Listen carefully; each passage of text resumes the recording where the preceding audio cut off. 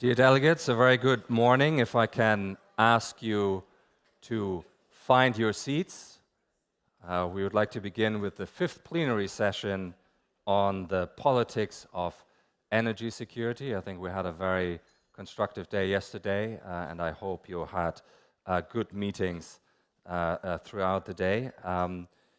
Today, this morning, we want to talk about how war, conflict, and competition have affected global energy supplies, the concerns they have prompted about reliable supply, impact on consumers and the economy. So we are talking about something that is at the intersection of geoeconomics and geopolitics, an area where the IISS does a lot of work. And of course, countries are increasingly interested in securing and diversifying their energy sources. And in this plenary, we will discuss how producing and importing countries seek to cooperate to satisfy their energy needs. We will proceed in the established way, where we will have 4 statements from our speakers from the podium.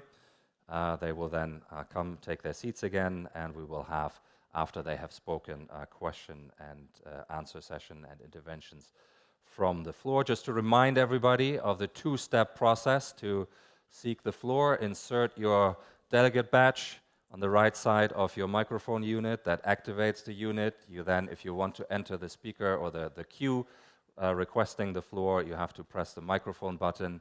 Then the green light will come on your microphone. That means you're in the queue.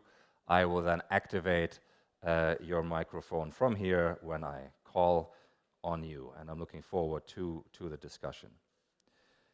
The first speaker I'd like to ask to take the floor in a minute is Yassim Al-Budaiwi, the Secretary General of the Gulf Cooperation Council. Your Excellency, welcome.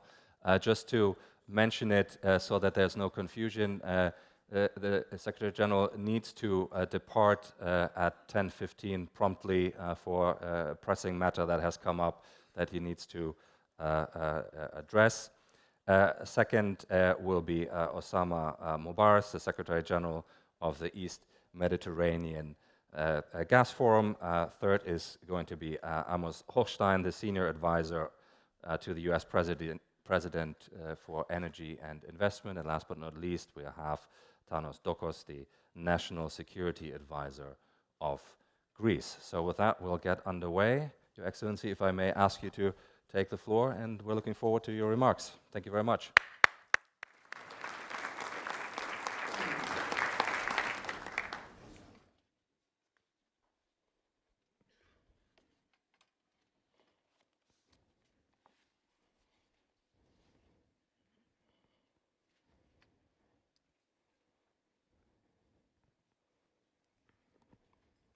Bismillah ar-Rahman ar-Rahim. Your Highnesses, Your Excellencies, distinguished guests, may I start by expressing my sincere gratitude to the esteemed leadership of the Kingdom of Bahrain for graciously hosting this event and granting me the honor and privilege in addressing you. I would also like to extend my appreciation to the International Institute for Strategic Studies and the organizers of the Manama Dialogue for providing this important platform that brings together government ministers, policymakers, experts, and influencers in a unique forum for discussing critical issues in foreign policy, defense, and security in the Middle East. Turning to the crucial topic of the new politics of energy security, I would like to reaffirm that it holds a paramount position in the policies of the Gulf Cooperation Council countries, which serves as a pivotal axis in the global realm of oil and gas, ensuring energy security worldwide. Distinguished guests, it is crucial to examine the status of energy security in today's world, which can be attributed to a number of factors such as 1. Conventional conflict. 2. Lack of backup plans. 3. misguided narratives that alternative energy sources can replace fossil fuel. 4. Years of underinvestment. Ladies and gentlemen, for decades, the Gulf states have constantly proven themselves reliable energy partners, demonstrating unwavering commitment to stabilizing global energy markets. Notably, during the Iran-Iraq war in the 80s, some of them undertook exceptional measures, such as reflagging their oil tankers to safeguard the flow of oil despite the danger to their vessels. More recently, the Ukraine war crisis underscored the vital role played by the GCC countries in upholding energy security. Despite formidable challenges that continue to cast a shadow of uncertainty on energy markets, the GCC countries have displayed resilience and maintained the continuity and stability of supply. For example, oil and gas trade routes have emerged from the region to Europe and elsewhere. In the same time, or in the same context, it is essential to stress the importance of maintaining the security of waterways, which is one of the vital and fundamental factors in ensuring energy security and at the regional and global level. These corridors form the artery of maritime transport to ensure the flow of energy products to global markets. Any threat or interruptions in these corridors may lead to severe disruption in energy markets. Therefore, countries and international organizations must combine effort to protect these corridors against military threat, piracy, or environmental disaster. Furthermore, ladies and gentlemen, it is imperative to emphasize the strategic endeavor undertaken by the Gulf countries in bolstering energy security, including 1. Focusing on renewable energy sources. 2. Robust investment in research and development for sustainable energy solutions. 3. Fostering energy efficient practices. 4. And last, promoting private sector collaboration in joint projects. Moreover, the GCC countries acknowledge the importance of traditional energy supplies in the long term to ensure energy security and affordability. Yet, the 6 member states have also embraced renewable as evident by their respective national development plan. And please allow me, ladies and gentlemen, to highlight some of the GCC countries' major energy plans and projects which can go hand in hand with the 17 UN Sustainable Development Goals, mainly goal number 7, affordable and clean energy, and align with the Paris Agreement. 1. The UAE Energy Strategy 2050 targets an energy mix that combines renewable, nuclear, and clean energy sources to meet the UAE economic requirements and environmental goals as follows: 44% of clean energy, 38% gas, and 12% clean coal. 2. Bahrain aims to convert 20% of its energy into renewable energy by 2035 and reach zero carbon neutrality by 2060. The plan includes the implementation of solar and wind energy projects and aim to generate 5% of the country's electricity from renewable sources by 2025. 3. With the commitment to clean energy and sustainability, the Saudi Vision 2035 is leading the charges in tackling energy and climate challenges. The focus is on innovation solutions such as the circular carbon economy and increasingly diverse energy mix, in which 50% of energy will come from renewable sources by 2030. 4. In 2022, Oman announced a target to achieve net zero emission by 2050 and began reducing fuel use in the domestic energy mix. Based on analysis of current global project pipeline, Oman is on the track to become the 6th largest exporter of hydrogen globally and the largest in the Middle East by 2030. 5. As for Qatar's National Vision 2030, It aims to generate 20% of electricity from renewable energy sources by 2030. 6. Last but not least, Kuwait has a goal to generate 15% of its total power output from renewable sources by 2035. Ladies and gentlemen, distinguished guests, for too long, policymakers in advanced economy have ignored warning from the oil and the gas industry about the lack of investment. Those policymakers have placed much faith on renewable energy sources.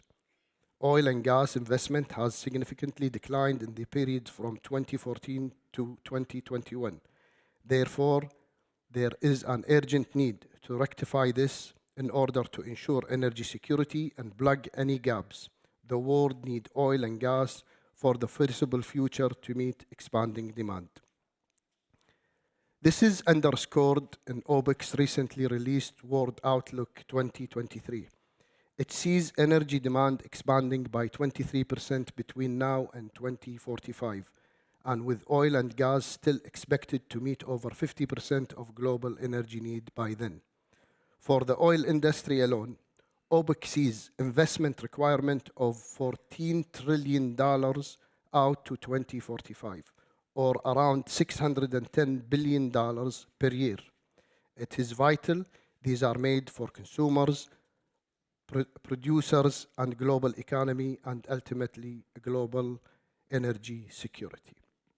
To this end, I would like to end my speech with the four following remarks. 1.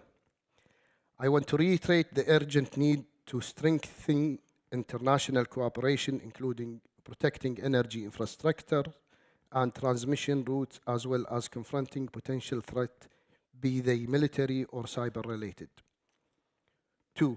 I want to affirm that a long-term vision is necessary to ensure energy security, irrespective of current conflicts such as Russia-Ukraine war or other short-term challenges. Moreover, fostering cooperation and transparency between producers and consumers is crucial to ensure the stability of oil markets. 3. I want to explain that despite commendable effort by the GCC countries to collaborate as active member of global community, addressing future challenges requires a broad global alliance, as any disruption in energy supplies poses threat to all countries irrespective of their development status. 4, and finally, I want to highlight that it is of great significance to recognize that energy security constitutes an integral component of national and international security, and any lapse on energy security represent a lack of overall security. Thank you very much, ladies and gentlemen.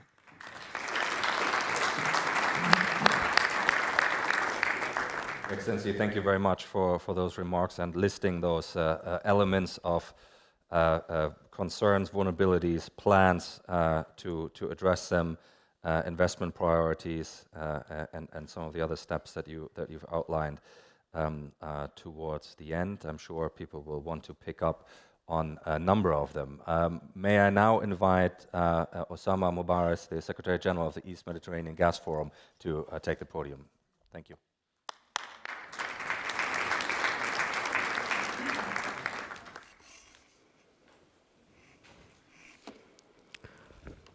Thank you.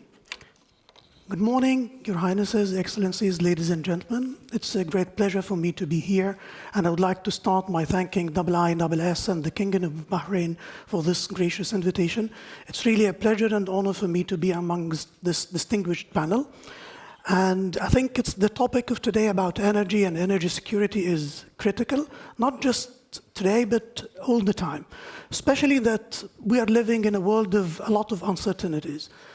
The world has been witnessing for the past 4 years consecutive challenges and crises, starting by the COVID pandemic, and then the Russia-Ukraine war, an existential climate change challenge, and also the current Israeli-Gaza war, and a very divided and polarized world, not just with what happened in Israel and Hamas, but also this has been going on for a few years. All these challenges have been sweeping the world, changing the norms and the way we have been thinking about doing business and things. And the energy has been in the forefront of all these crises. And there comes the energy trilemma about energy security, energy sustainability, and affordability. And I believe a key word to facing these challenges is collaboration. It has been recurring this morning from His Excellency in his speech, and also during yesterday in a lot of speeches. And what I would like to maybe spend in the next few minutes is an example about collaboration in energy, which is the East Mediterranean Gas Forum. The East Mediterranean Gas Forum is a relatively infant organization that has been established almost 3 years by now. And the whole idea about the EMGF is that there are significant gas reserves discoveries in the East Mediterranean. A lot of them are not developed, are not produced, not just the proven reserves, but a lot of yet to find reserves that are not being able to be explored because the already discovered, the already discoveries are not producing. So the whole idea was, how can we bring together the different stakeholders from the governments, the industry, and the companies together to overcome the challenges of developing these resources. So currently, the EMGF has 8 member countries. It has Egypt, Palestine, Jordan, Israel, Cyprus, Greece, Italy, and France. And we have 3 observers, the US, the EU, and the World Bank. And I think one of the things that distinguishes the EMGF is that it's not just about the governments. We have the governments, and we have what we call the Gas Industry Advisory Committee, which has about 38 member companies from NOCs, IOCs, financing institutes, technology companies. And I believe by bringing all these stakeholders together, we're trying to get all the stakeholders to collaborate to develop the resources. We're trying to work, we have our long-term strategy, which have 7 strategic objectives, and we're working on 3 main pillars. One is the regional integration. How can we make synergies between the different fields and different facilities existing in infrastructure? And also, how can we create a more integrated and interdependent economies between the different countries in the region? And the second pillar is focused on climate change and climate action. And the third pillar is about the positioning of the EMGF as a low-carbon, low-cost gas supplies while engaging the private sector. So what we have been trying to do since our inception is working on these 3 main pillars. For the regional integration and the supporting the security of supplies, I believe what we managed to do with the support of the different countries and companies is, especially after the Russia-Ukraine war, the East Mediterranean was able to increase its supplies, gas supplies to Europe by over 30%. I think this is significant. The East Mediterranean gas resources might be limited or not like the Gulf reserves, but I think for Europe, and especially for Southern and Eastern Europe, is significant and can provide a source of diversification for energy supplies. What we are also trying to do is, how can we strike the balance between energy security and energy transition and climate change? Both challenges are significant. We have seen the severe weather conditions all over the world, so no one now is debating the climate challenge.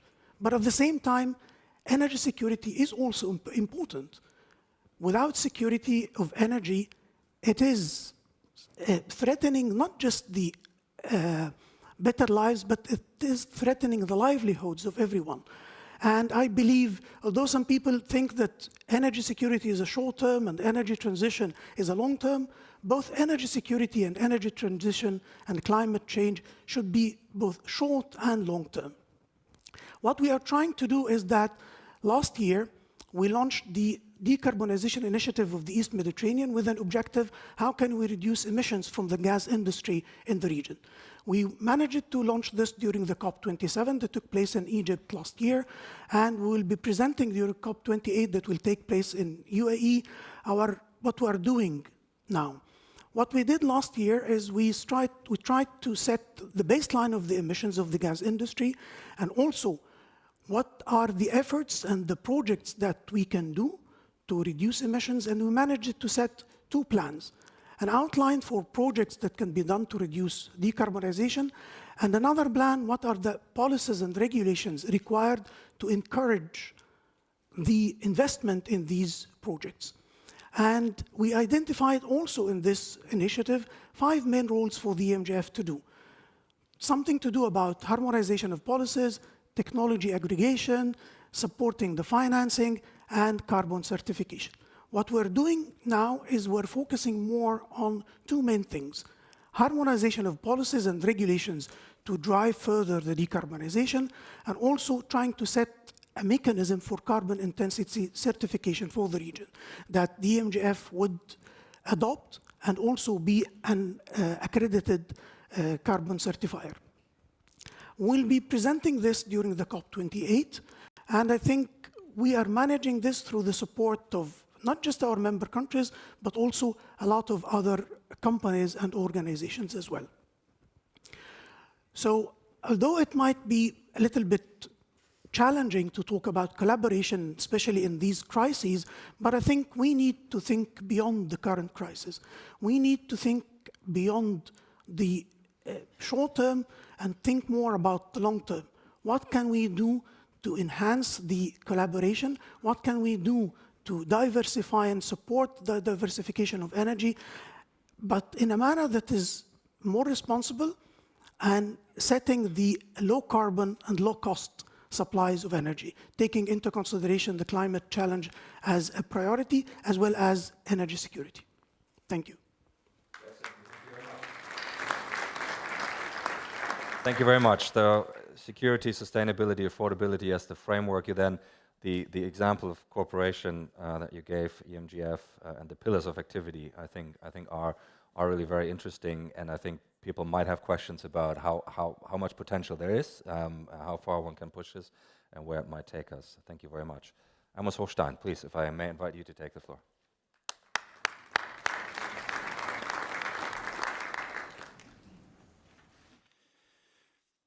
Good morning, Manama Dialogue. It's great to be here, and thank you to the Kingdom of Bahrain and to the organizers for having, again, an excellent conference that everybody has this on their calendars every year for the Manama Dialogue, when the Manama Dialogue is. So it has lived up to its very high reputation, and I'm very glad to be here today. I'm also very glad that you've included an energy security topic, as energy security has always been, but sometimes not recognized, as a critical pillar of national security and global security. And that's true here in the Middle East, it's true in the United States, and it's true globally. And it's true especially during a period of time when we are going through 2 military conflicts that directly link or indirectly link into energy markets. One, the Russian invasion of Ukraine, conducted by third largest oil producer in the world, an important gas producer and exporter, and the current war resulting from the terrorist attacks on October 7 and the resulting war in Gaza, devastating civilian casualties on both sides, and having impacts on how do we think about energy cooperation and collaboration in the context of a conflict that could widen in a region that is so important to global economic security. So let's take a step back and see where are we on what is the current picture on energy, what is the United States view as the role of the global community when it comes to energy developments, energy security, and how it fits into what we see as the future. There are 2 things that we need to do at the same time, in parallel. And one is to accelerate the energy transition as aggressively as possible, with the global climate change risk being a more and more real risk to populations around the world, to economic security around the world, to investment, as we see the increases effects of climate change becoming more extreme on every year that passes. At the same time, we have to manage the energy transition. The word transition means that we're not there yet. We are still in that process. And to do that, we have to manage the energy system of the world today. And that means we are going to have fossil fuel with us for a while, for a significant while longer. And even when it peaks, people talk about peak oil, peak gas demand. Peak doesn't mean it goes away. It means demand for it doesn't grow anymore, and then it goes through a long period of decline. And it may even plateau for a while. So we need to make sure that there's enough fossil fuel supply on the market during this energy transition to ensure against energy shocks that lead to economic shocks that are caused by higher inflation, as we saw that cycle play out in the past. So those have to interplay with each other. In the United States, President Biden has put the energy transition as one of the most critical part of his domestic agenda, and the passage of the Inflation Reduction Act and the IRA, the CHIPS Act, the Infrastructure Act, all those are names of legislation, but what they have done is shown that governments can accelerate investment, can change the flow of capital towards energy. And that has surprised us even on the upside to a level of how much money has been invested over the last year in the energy transition. We believe that that should happen elsewhere around the world. Now, ironically or not, one place where that's happening more than any other place around the world is right here in the Gulf, where UAE and Saudi and Qatar and others are investing in that very same thing. And what does that mean? That means that energy cooperation during this period of conflict means that we have to have more connectivity, more cooperation and understanding between the United States and producers around the world, in this region and around the world, while also working for the first time with the same partners that we work on oil supply and ensuring natural gas supply, on how do we work together to invest in the energy transition.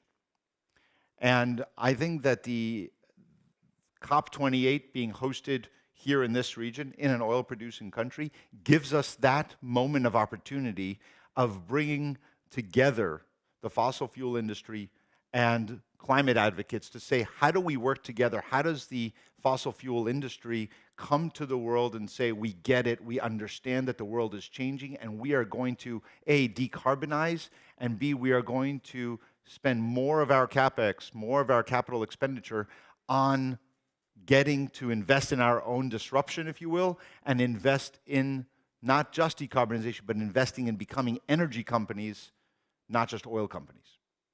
And so to do that, we have to invest in the actual renewables and clean energy and in the supply chains. But the critical piece that we have to not miss, because if we do, we will affect national global security, is the issue of energy justice. And we have seen the percentage of dollars spent on the energy transition outside of the OECD in developing and middle-income countries go down instead of up over the last several years. And if you want to talk about a link between energy security and hard physical security, of military security and diplomatic security, widening this gap is a threat to global security. We cannot have massive investments in a new energy system around the world while a part of the world is not getting any of those dollars and will be left behind in the energy system. That is true in digital, it is true in 5G, it is true in AI, and it has to be also true and critically true in energy. So the energy security question has never been and never should have been about oil and gas versus renewables. It's about security of supply. It's about ensuring that conflicts don't impede it, that people don't weaponize it, but it is also true today that as we go through this massive transformation around the world, that everyone has to benefit from it. If the global south and developing and middle-income countries don't have those investments, that is going to lead to conflict, not here in the Middle East, but around the world. So that's where we have to come together as a global community, the Middle East as producing countries and consuming countries around the world, to figure out how do we make that investment. And I think the transformation that's happened over the last 2-3 years is an example of how we can do that. We have, every time I go to Saudi Arabia, there are headlines about, did they discuss OPEC? We spend more time discussing how to invest in global supply chains for clean energy than we do about oil supply. It may not make as good a headline, but it is what we actually spend more time talking about. And that's what we have to do if we are going to be able to secure energy supply chains. And energy security at the end of the day is about securing supply and making sure it is available and affordable and allows for economic growth. Let me close on one statement that my colleagues talked about, and that's the issue of connectivity. For the last 15 years, what we've seen in this region in the Middle East and the Eastern Mediterranean is connectivity. The connection, the EMGF, which the East Med Gas Forum, which the United States and I have urged that we change it from gas forum to energy forum, is about how do we use physical integration, physical connection with pipelines and electricity lines to ensure not just prosperity and better efficiency, but actually political connectivity. And I think there's great opportunity if we see what happened in the East Med from Greece, Cyprus, Israel, Egypt, connecting the East Med to Jordan through 2 major pipelines. That is the vision of the future, not just for gas, but that is the vision of the future of if you want to produce clean energy in the Middle East, and the Gulf is probably the cheapest place to do it, probably in the world, but it's a trapped and captured market. But if it connects through Egypt, through Israel, to Europe, those are the trade routes for electricity connectivity that can provide not just prosperity, but the kind of military and diplomatic connectivity that will support this region and connect the world. Thank you very much. Thank you very much. Thank you very much, Amos Hochstein. First of all, by starting off with giving a very clear answer to the question that some people might have had, is the energy transition moving fast enough? You're saying definitely not. And you then framed the energy security challenge, and I think in a very engaging way, and there's lots to dig into there around connectivity, energy justice, so I hope people do pick that up. May I now turn to, last but not least, to Tanos Dokos, please, to take the floor and deliver your remarks.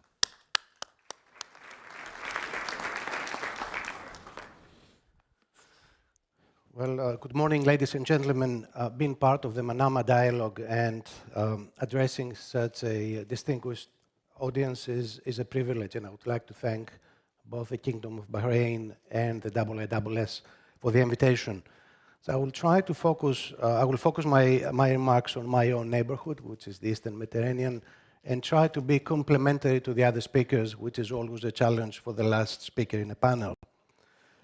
And I will try to answer the question whether energy discoveries have been a facilitator for peace or just another cause of conflicts.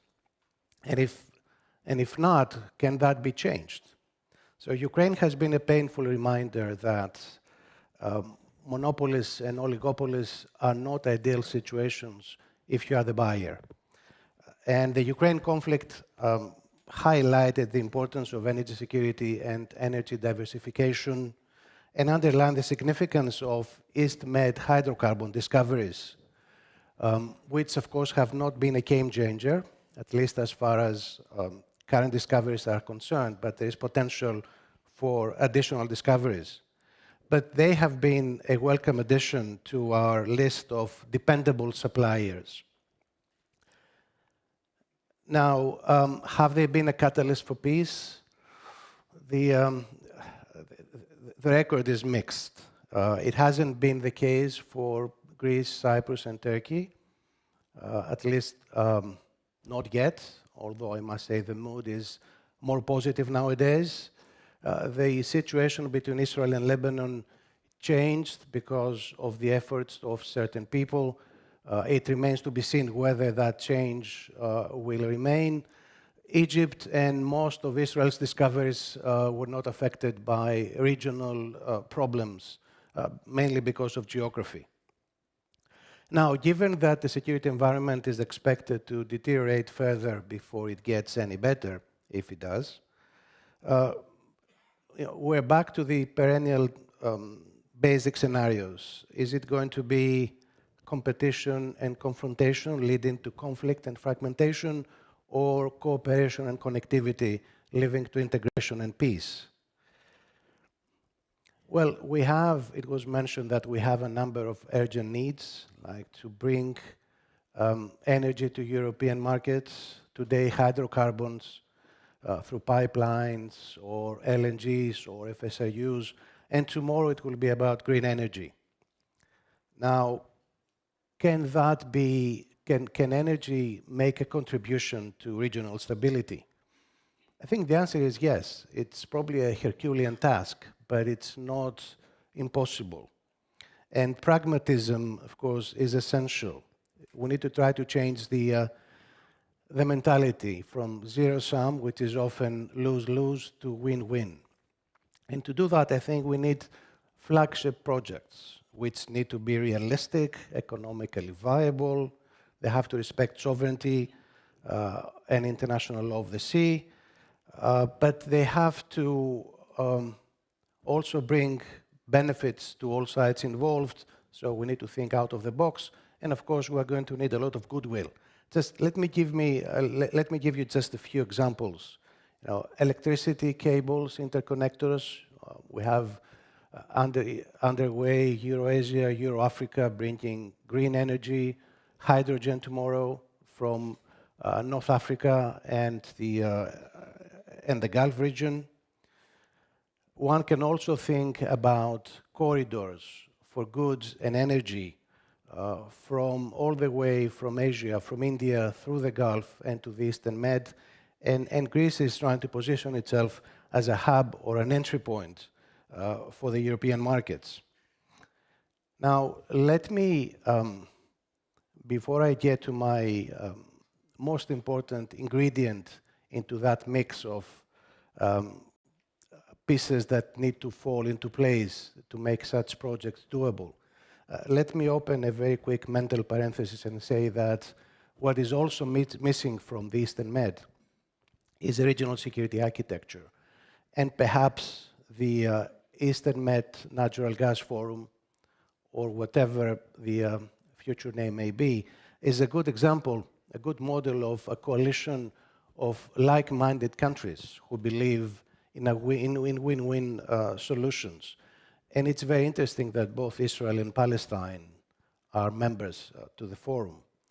Also, we have a plethora of trilateral partnerships in the Eastern Med and the Gulf region with Greece, Cyprus, Egypt, Israel, Jordan, the UAE, Saudi Arabia. India may be a future participant, and one can think of various combinations of how things could be expanded, and it should be an open-ended process. But we also need, and it was mentioned, more protection and resilience of our land and underwater infrastructure. There will be multiple threats from state and non-state actors, so resilience will be an important priority for all of us. And finally, leadership. We need moderates and visionaries like those very senior people from the region, starting with the Crown Prince, that we had the privilege of listening to during the last 2 days. We need people like Amos Hochstein, who are very good at the implementation part, getting things done, which is always very important. And we need back those voices that led the Israelis and the Palestinians to the Oslo peace process and who prepared the Geneva initiative, voices that have been silenced and marginalized over the past 10, 15 years. And finally, we need some guidance from the spirits of Yitzhak Rabin and Anwar Sadat, who were fully aware of the potential personal cost, yet they chose to do the right thing for their countries and their people. Thank you.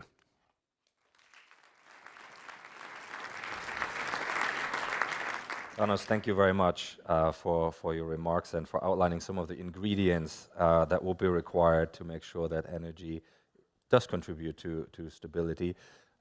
Thank you very much. And place that positive part. We will now turn to questions from the audience. We have a long list already of people seeking the floor. We're approaching 20, so I'll take a first batch, and we'll return to the panel to provide a first set of answers. We'll then take a second batch. We'll see how far we can get. Also a reminder, please, if you can, focus on one point, ask a question, and be precise. So let me start with, from Oman and the IISS Young Leaders Group, Fatma Al-Arimi. Your microphone is live now. Thank you, and I really hope to get an answer for my question today because I didn't get yesterday. Okay, my question is, the GCC countries have proven to be able to continue economic ties in the energy, electricity networks and gas pipelines despite political disagreements. We've seen that in the Gulf crisis in 2017, where the gas pipeline from Qatar Dolphin continued to pump gas across the GCC. My question is, to what extent can such collaboration that clearly represents business diplomacy be expanded beyond the GCC to other countries connected by land to the Arabian Peninsula? Thank you. Thank you very much for the question. I will now turn to John Chipman, Executive Chairman of the IISS. Well, thank you very much. Last October, the maritime border between Israel and Lebanon was finally delineated. It's a delight to have on stage one of the principal architects of that arrangement. I know at the time that the then Israeli National Security Advisor Ayal Hulata thought that that delineation and agreement would help to create economic incentives to maintain a measure of peace as between those two countries. Two questions then. One, given the present conflict, do you believe that the deal will be honored?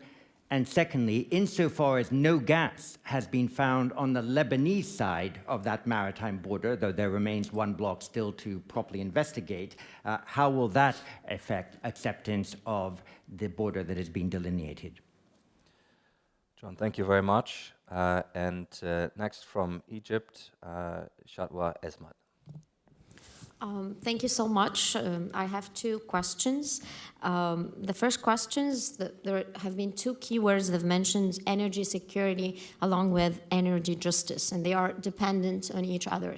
So my question now, how the world is putting the plan to enable the global South or developing countries to make sure that they are not left behind. So especially when they do not have enough investment to invest in clean energy.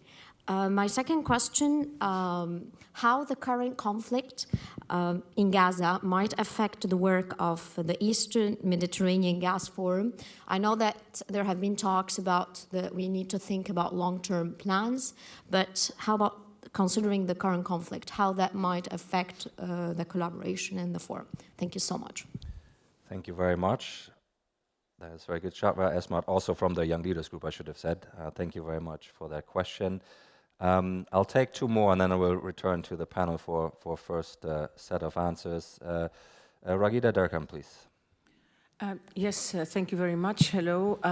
Amos, you have come from Lebanon, it seems, in the last few days. You were in Lebanon and Israel. What did you conclude that front now is quiet temporarily, transitionally, or do you have any ingredients for a lasting arrangement, given that Iran has been speaking a different language recently? And just also in terms of Israel, people are always afraid that it's the Hezbollah and Iran that may make this a wider war, whereas there is a very strong feeling in many quarters in Lebanon and beyond that the fear is really from Israel wanting to pull in the U.S. to its side to get rid of Hezbollah's missiles and etc. Have you been able to lean on the Israelis in a very permanent way? And that's it? You're not going to do it through Hezbollah? Or are you still worried that this might get out of hand? Thank you very much. And final question in this round from Sam Dagger. Thank you. I mean, Sir John already asked part of my question, and those are the follow-up from Raghida as well. I would just add also that the Jordanian parliament is currently apparently reviewing the 2016 gas deal with Israel. So how does that and some of the Israeli threats to Lebanon's quote-unquote returning Lebanon to the Stone Age of Hezbollah intervenes, how does that perhaps impact the deal that you were involved in, and how does it impact future projects if we have a prolonged conflict here? Thank you. Can I start with you? Thank you very much. We'll go back to the panel now for a set of responses to this. I'll actually ask Amos to start off this round, if that's all right. Amos, please. Yeah. So let me start with the person who felt that her question wasn't answered yesterday, so that I start with that. Look, I think you're right. There's a reason that connectivity, that Dolphin pipeline, did not get affected during the conflict, and that is part of what I was trying to suggest earlier. When you build infrastructure, physical connectivity between countries, it's not only that it supports it in peacetime by creating efficiencies, but it also creates an additional cost of conflict that countries have to worry about. It suddenly means that the cost of conflict is not just on the human cost, which is countries somehow are willing to take, but it also means that there's going to be a price cost to when you have a pipeline and you cut it off, then it's a relationship that will cost you the replacement cost, which will always be higher. And that's why more integration, more physical interconnection, more codependency between countries and regions creates more interdependency that then leads to more security. I firmly believe that. And I think in many conflicts that we've seen, there's a hesitancy to stop those connections. So I believe not just in the physical infrastructure in this region in the Gulf, but actually connecting the Gulf into the wider global market is going to have that effect as well. So again, I think you can produce very cheap renewable energy in almost every country in this Gulf. It's been blessed with sun and wind and cheap manufacturing and infrastructure production, and therefore it could connect those wires, subsea cables, as was discussed before by my colleagues, all the way to Europe in an efficient manner, which also will create that stability. So I do believe that those connections are possible and advisable. There were a number of questions on Lebanon, but let me get first to the question about the energy transition and energy justice. I think your question is exactly right. How do you get to a point of the Global South getting the investment that it needs? And right now, the percentage of the dollars, I think, went from 27 cents on the dollar to non-OECD to about 22 cents on the dollar. So it's going in the wrong direction. So what needs to be done is that the multilateral development banks, sovereign wealth funds, governments, and industry need to be putting together structures of finance to lower the cost of capital, because the risk of investing in lower and middle income countries right now doesn't allow those investments to happen. There is currency risk, there is reputational risk and corruption risk, and there's so much money around, but there are also so many projects. So it's easier to invest in Denmark or Cleveland, so why would I go to a country where I have a higher risk on return? And therefore, the banks don't charge me a premium.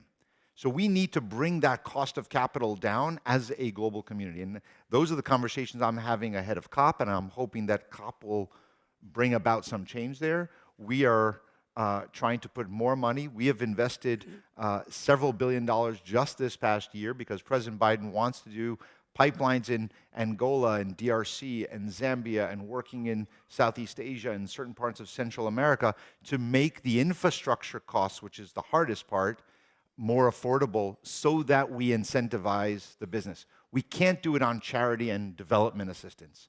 We have to do it on a sustainable basis, and that means it has to be profitable, but the companies are not doing it. So our job as government needs to be to come and say, okay, I will take the first loss. I'll take the riskiest part of the investment, smaller dollars, and bring in, to allow the incentivizing of bringing in the companies to come and make those investments. And I think COP is a great place for us to accelerate this process, but it's something that is urgently needed. On Lebanon. Look, I think my trip to Lebanon was about, was not about the gas fields or anything like that. It was about, right now, we cannot afford an escalation of this conflict into another front. And my conversations in Lebanon mirror the conversations we're having in Israel as well. Of utmost importance is to ensure that the Gaza war does not spread to Lebanon. The Lebanese people do not need to be at risk of going to war. Israeli population should live in security in their northern towns on their side of the border, and the Lebanese people have the right to live in security on their side of the border. And yes, we have violence now. It is relatively measured and contained. We have to keep it that way. It's in no one's interest to do that. That is what we have said. We are not going to be dragged into war anywhere, and the sides we have to think about how do we ensure security for both sides of the border, and I don't believe that it takes a war to get there. And so I think the Lebanese people are overwhelmingly uninterested in going to war, and I think that that should stay that way, and we're going to do everything we can. Regarding the maritime deal, look, people called it a gas deal. At the end of the day, it was a maritime deal. It, for the very first time, created a border recognized by the UN between two countries that do not have diplomatic relations. One doesn't recognize the mere existence of the other, that have spent more wars between those two countries than any other two in the Middle East, and over the last 75 years. And that was the achievement there. What it enabled was for an international major company, oil major, as in Total, to invest a significant amount of money in sending an exploratory drill rig to the water, something that it would not have done absent an agreement. And I will say that look, if you're from this region, everybody here knows oil and gas in this region. You don't just say, oh, we drilled one hole, it was dry, it was a total failure, we're never going to get it again. Everybody knows in this industry that it takes time and development, and there's a 10% of drilling to success. So there's going to be more exploration. The drill rig is still there while rockets are flying. And no rockets have flown in the water from Lebanon to Israel and vice versa during this period of time where hundreds of rockets have flown. So I would say that so far, that part of the agreement has been kept. But I don't want, for those who say, look, we did the maritime agreement, you all said this is going to lead to peace, and look, there's violence. I don't think anybody a year ago said that a maritime agreement between Israel and Lebanon was going to solve eternal peace in this area, while Hezbollah is still in control of 150,000 rockets, and a border that is not settled on the land boundary, that is still unsettled and still in dispute. So, but what it did give us is a roadmap for what can be done in the future to get to a place, not today, but after this war. Maybe this is the moment of starting to think of what is a vision of this region with less conflict. Not without conflict, but with less conflict. I'll take that for starters. Thank you very much for those answers. Thanos, if I can turn to you next. Well, I would like to echo the concern about Lebanon. We witnessed firsthand the consequences of the Lebanese civil war. We still have a very dynamic Lebanese community in Greece. This country has been especially fragile after the big explosion at the port of Beirut, has also been feeling the impact of the Syrian conflict, still a very large in terms of proportions, number of Syrian refugees.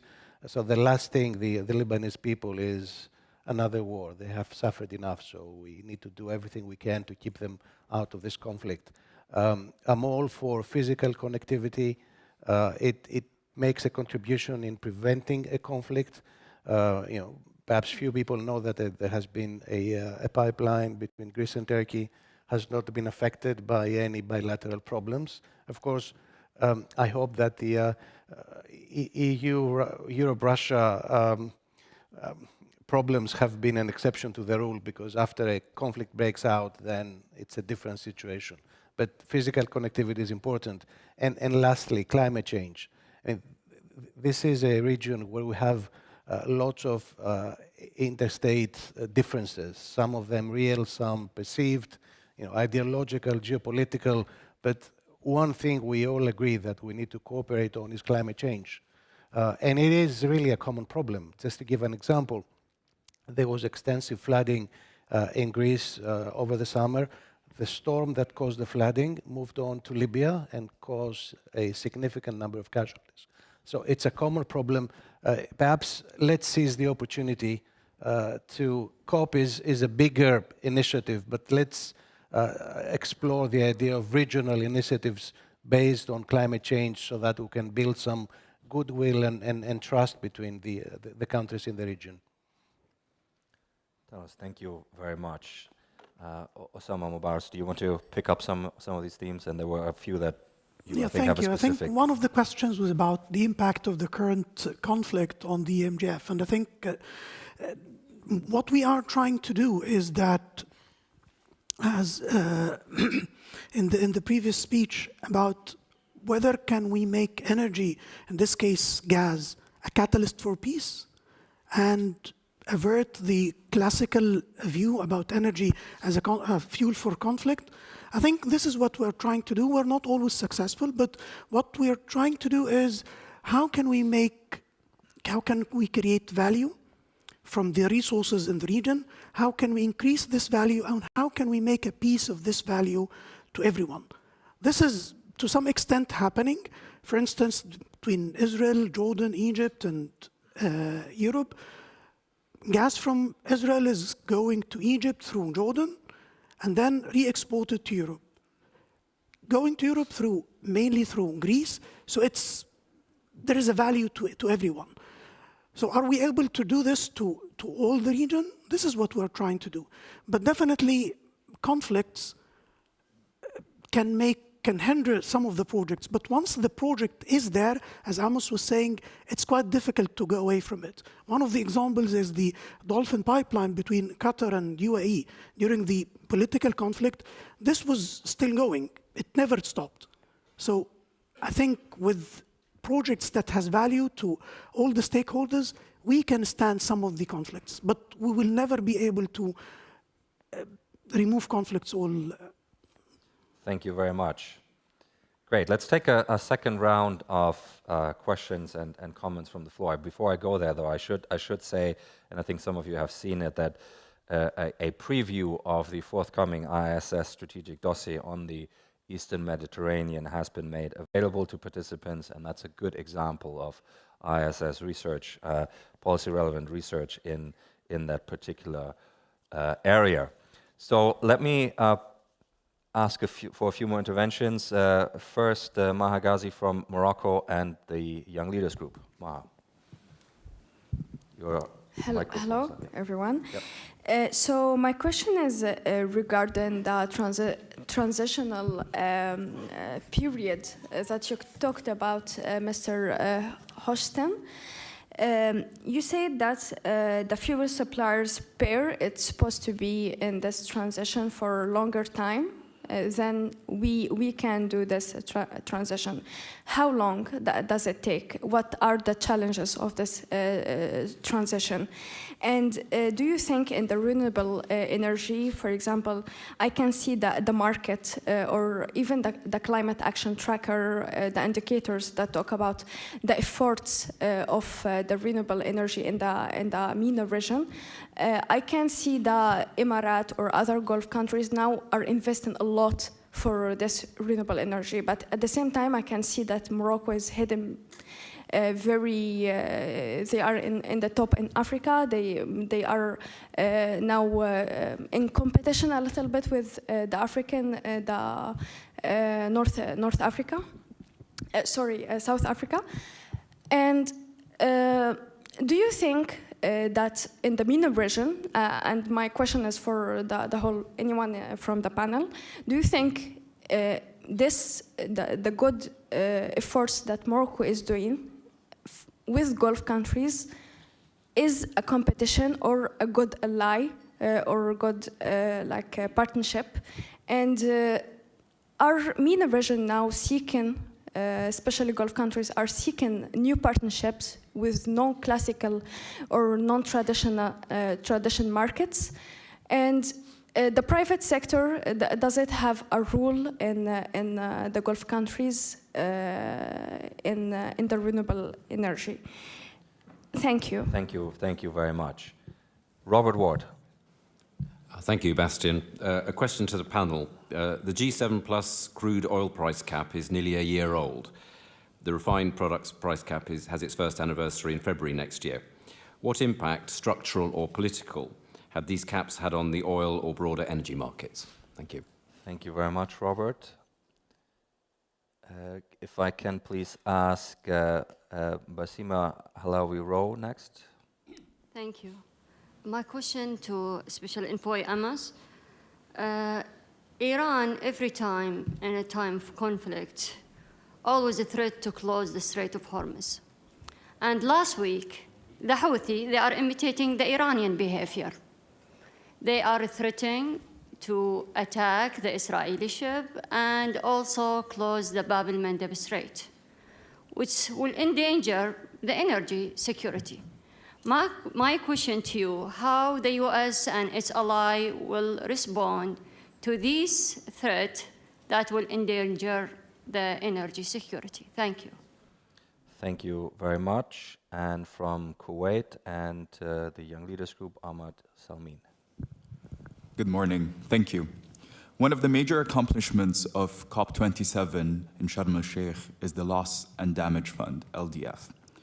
With that in mind, what are the likelihood that developed nations will contribute to the fund, especially when the panel has mentioned that we cannot leave anyone behind? And do you think parties participating in COP28 will separate political disagreements on global and regional challenges and tackle the issue of emission reduction and decarbonization? Thank you. Thank you very much. Baria Alamuddin. Thank you. My question is to Mr. Amos. You're the godfather of the maritime agreement, sir, and you talk about security and justice. Will Lebanon ever see such a thing? Because, you know, this area is in very short supply of both security and justice. Thank you. Thank you very much. Bill Emmett. Thank you, Bastian. I would like to further lower the tone by introducing economics to the conversation and asking more about the oil price. This, of course, would be better with Mr. Al-Budaiwi here, but I wonder if I could ask the panel to reflect upon the impact of the oil price on the issues that you are discussing. The general view of oil producers, of course, is that they keep the oil price stable, although consumers feel that it means stably high and generally steadily rising. This, of course, has had an impact on incentivizing investment in renewables and adaptation in Europe, but it also affects the energy justice question and is a transfer of funds away from developed nations who are otherwise being asked to contribute to the Loss and Damage Fund, as has been described. So what impact does the oil price have, and what are your expectations? Bill, thank you very much. Mina Al-Uraibi from the UAE. Thank you very much. Mr. Hochstein, I'd like to ask you about borders, since, as you said, the deal between Lebanon and Israel at its heart was a maritime border deal. One of the things Dr. Anwar Gargash spoke of yesterday was the importance that Israel has recognizable borders with all its neighbors. Is that something that you can advocate for? How do you see the possibility of a future peace in the region with very specific borders for Israel? And also, you spoke of the importance of not using fuel or energy as a weapon of war. What would you say to the situation in Gaza at the moment with only a very small trickle of fuel coming in to Gaza at a time when people need it for every aspect of their lives? Thank you very much. I'm going to take two more from our Young Leaders group, Noor Al-Zubair from Oman. Yeah, so my question is to Mr. Mubarak. So the East Mediterranean gas forum has been referred to as a talking shop, so a place for leaders to come together and take pictures and not take concrete plans to address the finance or like actually developing plans to help the region. So how do you respond to this, and what are your opinions on this? Thank you. Thank you very much. Sabar Al-Sabar from Kuwait. Thank you. This is just a follow-on to Mr. Ward's question regarding price caps. Modern oil market history suggests that large producers operated under this implicit framework that they had energy security immunity. So my question is there such a thing as too big to sanction? Thank you. Okay, very good. Let's return to the panel, and if we have a bit of time left, we'll take a few more to round out the session. Amos, I think there was a slight focus on you for the majority of the questions, so I'll ask you to start again, and then we'll get to the other two panelists. And there were a few questions that, of course, were addressed to the panel as a whole, and a particular one also to Osama. But Amos, why don't you kick off? I'll just run these through the order of my taking quick notes. If I missed anything, just please let me know. I think that the first question was about Morocco and you asked how long is the transition. I wish I knew. I think our job is, what we have to do is to break down from, in order to get to real energy transition and acceleration, is to get away from the politics of energy transition and to get to the functionality of it. And what we're trying to do is essentially unplug the world from an energy system and plug it into another one. That's really, really hard. And the energy systems are a complex web of interconnected streams of systems that have to seamlessly interplay with each other in order to work. And we've built them over 120 years or so. And to do that, we have to get away from the accusations and look at what do we need to do. We need to have more electric vehicles in order to replace fuel consumption as gasoline. To do that, we have to have a whole supply chain that is there to manufacture the vehicles and the batteries at a cost-affordable way. We have to have more renewable energy that can replace gas and coal. To do that, we have to build a lot of panels and a lot of wind turbines. To achieve that, we have to have better technology in battery storage, because obviously the sun doesn't shine at night and the wind doesn't always blow. So we have to be able to connect these dots. That takes a long time. I think the Gulf is doing a lot of work on taking advantage of its natural resources, which is thought of as oil and gas, but should be sun and wind. I think Morocco is actually taking a leadership position outside the Gulf, and really I have a lot of praise for what the government in Morocco is doing to try to position it on renewable energy, because it is an investment at the beginning, but it really carries a lot of benefits at the end. There was a question about the G7 price cap and the impacts on the markets, and I'll combine that with the question at the end about too big to sanction. Look, the point of the price cap was not to sanction oil, not to take oil off the market, but was to take away the ability of Putin, who is directly using oil and gas revenues to finance a war machine. And there's a conundrum here where we need the supply, but we don't want it to have the profits. And so the price cap was there to keep the flow of oil on the market so that the consumers around the world are not paying the cost, while at the same time reducing the price and the revenue that Putin was getting. It was enormously successful in the first many months of it going into operation, although predicted that it would fail.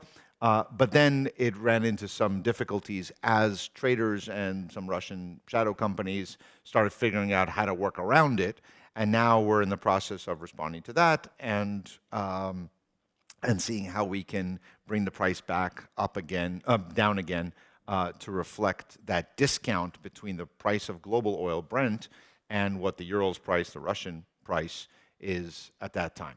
I think that we've done two things at the same time. One is the price of oil is now down, so we're not at 95 as it was in September. It's at $80. That's a huge decline in oil price. That has also widened the discount that Russia is getting and that Iran is getting. And it's now back down towards that price cap that we had put together. But the Treasury Department of the United States, working together with the EU, is working towards ensuring that we accommodate for the things that we're, so those parts of the market that we're getting around the price cap. So I have confidence that we'll be back to compliance while also making sure that the price is there, which leads me to, I'm going to skip around here, to the oil price impact that was asked. Look, I think oil prices are a feature of national security because they are a feature of economic security. If you are a country, if you're India, and you are a major importer of almost all the fuel that you use for an economy that is one of the fastest growing economies with one of the largest populations, then an increase from $80 to $100 is a massive increase in expenditures on your budget. And so the price of oil could have a major impact on global inflation and on consumer confidence and therefore economic output and activity. There is a band in which we have to all accept that producers, yes, you make more money when the price is significantly higher, but when it goes over a certain point, it will necessarily slow down global economic growth and will accelerate the transition away from the fuel. So, Tom Friedman wrote an article 20 years ago called Bring on $200 Oil because he thought that would get us to renewables. I think that was a gross misunderstanding of how transitions work. Just because oil is expensive doesn't mean you suddenly have an electric vehicle and chargers all over the place to transition to. But there isn't that the basic point of the incentives, I think, are there. So oil prices are really important. Switching to the Iranian threats and the Houthi threats in closure of Hormuz and Bab el-Mandab. Look, at the end of the day, this threat has been with us for decades. I think the United States and Gulf governments and the global community have been very clear that shutting that down is unacceptable. And that message to both Iran and its proxies in Yemen and elsewhere know that that is a red line that could cause all kinds of damage to the global economy and is not acceptable. Something that I'm not going to go into any details of what that means, but this is not a new threat. It has been with us for a very long time. I do want to touch again on the loss and damage and justice. It was raised a number of times, and I'll let my other panelists talk about it more. I'm just going to say, look, at the end of the day, I'm not going to go into the negotiations that are ongoing from COP27 to COP28 on loss and damage. But I think that we have to focus less on the politics and the big banners and the demonstrations on the past and look at how do we drive capital. This is not about giving handouts. It's about how do we incentivize commercial spending. If we don't make it commercial, you can build it and then there will be no money for maintenance or upkeep, and it will just be a relic, just like everything else we've seen for the last 100 years in developing countries when it was just a development project. It doesn't work. If you build electricity systems or dams that don't make money, then the donor goes away after it's built and nobody is there to make sure it continues to work.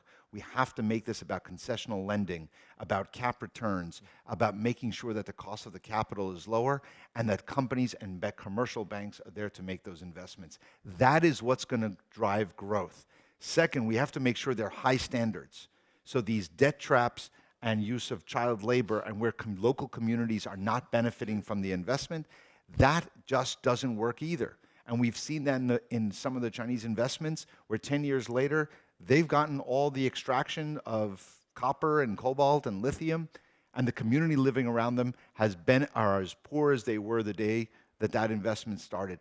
That has to change by insisting on high labor standards, environmental standards, and making sure that these reflect our values and growth for the communities so we can have economic growth.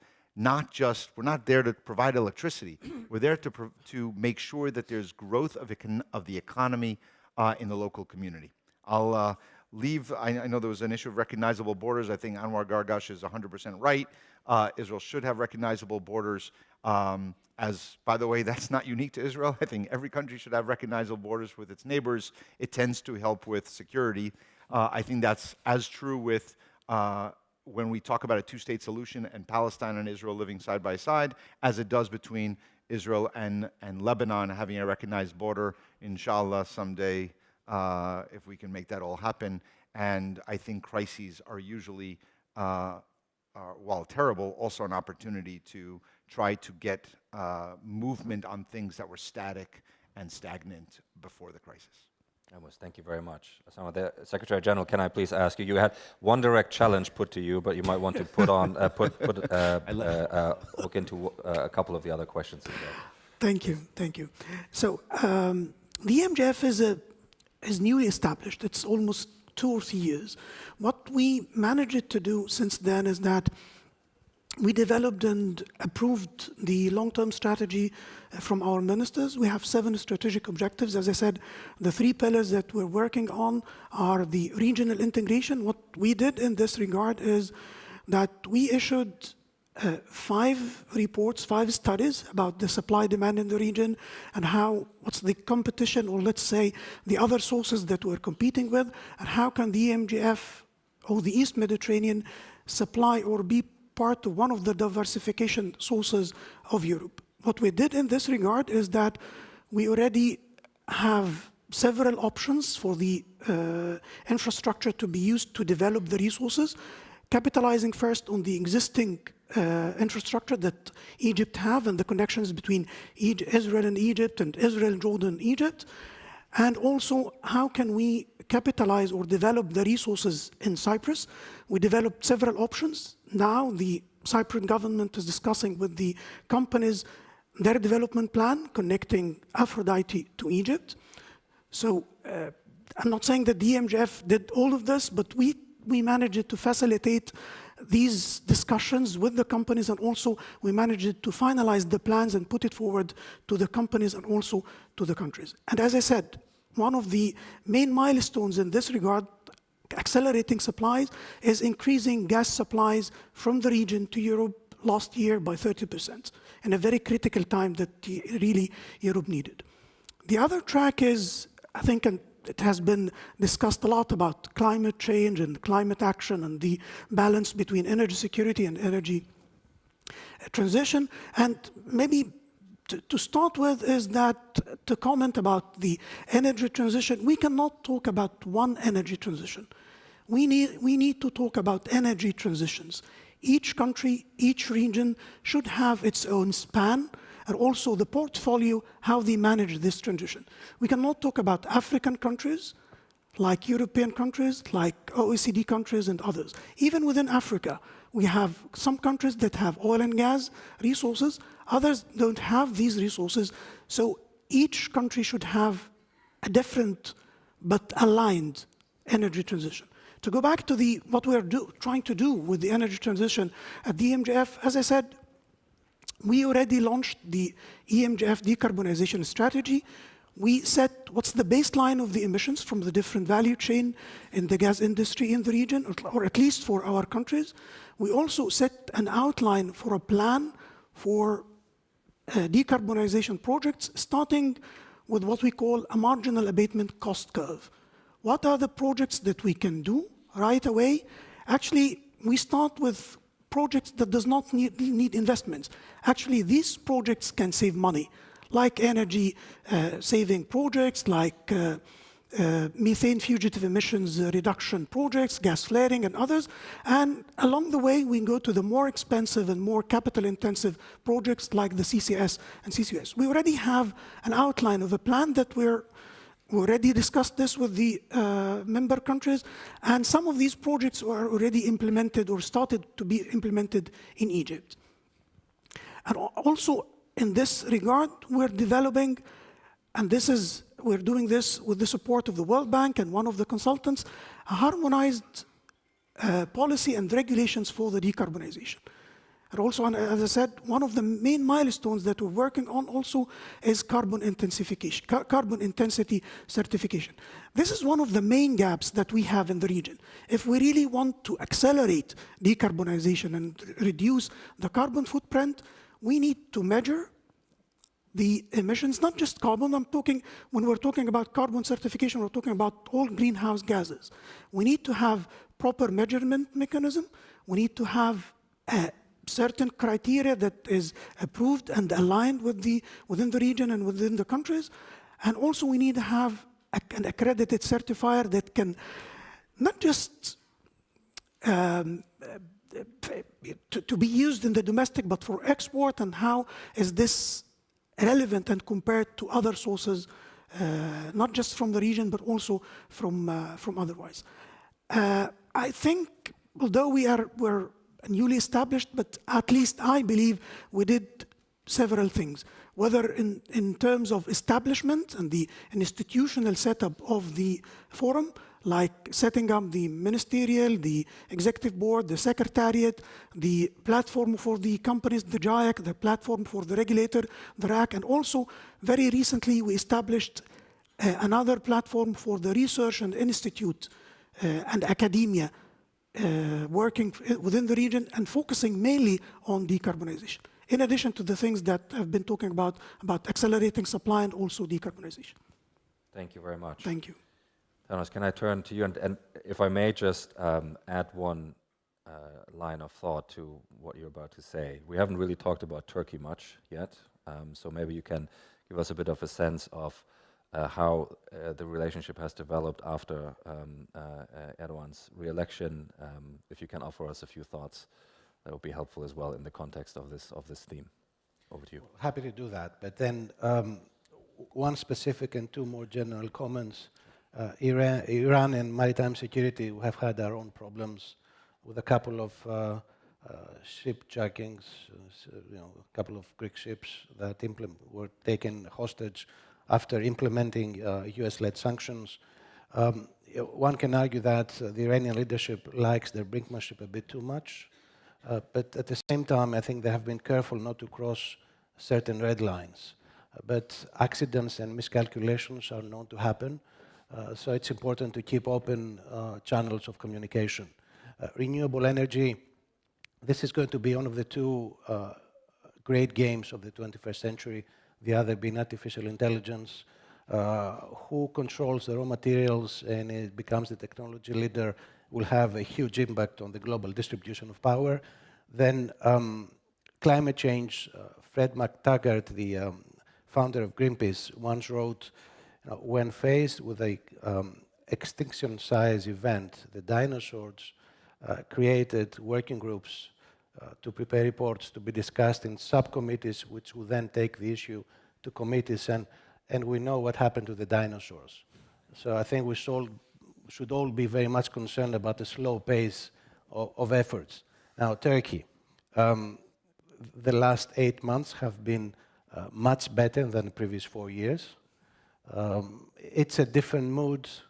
We can have a long discussion as to why this has happened.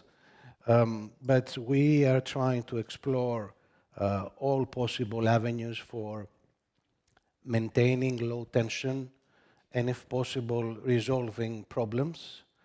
I'm less optimistic on the latter, but I think this is a good time for Greece and Turkey to make some lasting progress on maintaining decent relations without too much offensive rhetoric and actions on the ground. So overall, I'm optimistic about, at least in the short term. Thank you very much. Okay, we've got a few minutes left, so I'll take a quick fire round. Please, 1 point only per speaker. Kanika Rakra from India. The question was actually for Mr. Al-Budwai, but if anyone wants to maybe give comments on it. In the context of net zero, I was wondering when we are looking at policy recommendations, whether we're also looking at consumption behavior and lifestyle changes as an idea that needs to be engaged. Thank you. Thank you very much. Nick Charles. Thank you. Just quickly to return to the Strait of Hormuz, Red Sea issues. Despite the efforts in terms of international maritime constructs, apart from the United States and one or two others, there's been a real struggle to get proper buy-in to deliver really effective responses in terms of protection, not least from the region. I just wondered if the speakers had any thoughts on what the real hindrances are, what's missing, and what more could be done to get more buy-in into actual protection measures. Thanks. Thank you very much. Iman Ragab from Egypt. Thank you.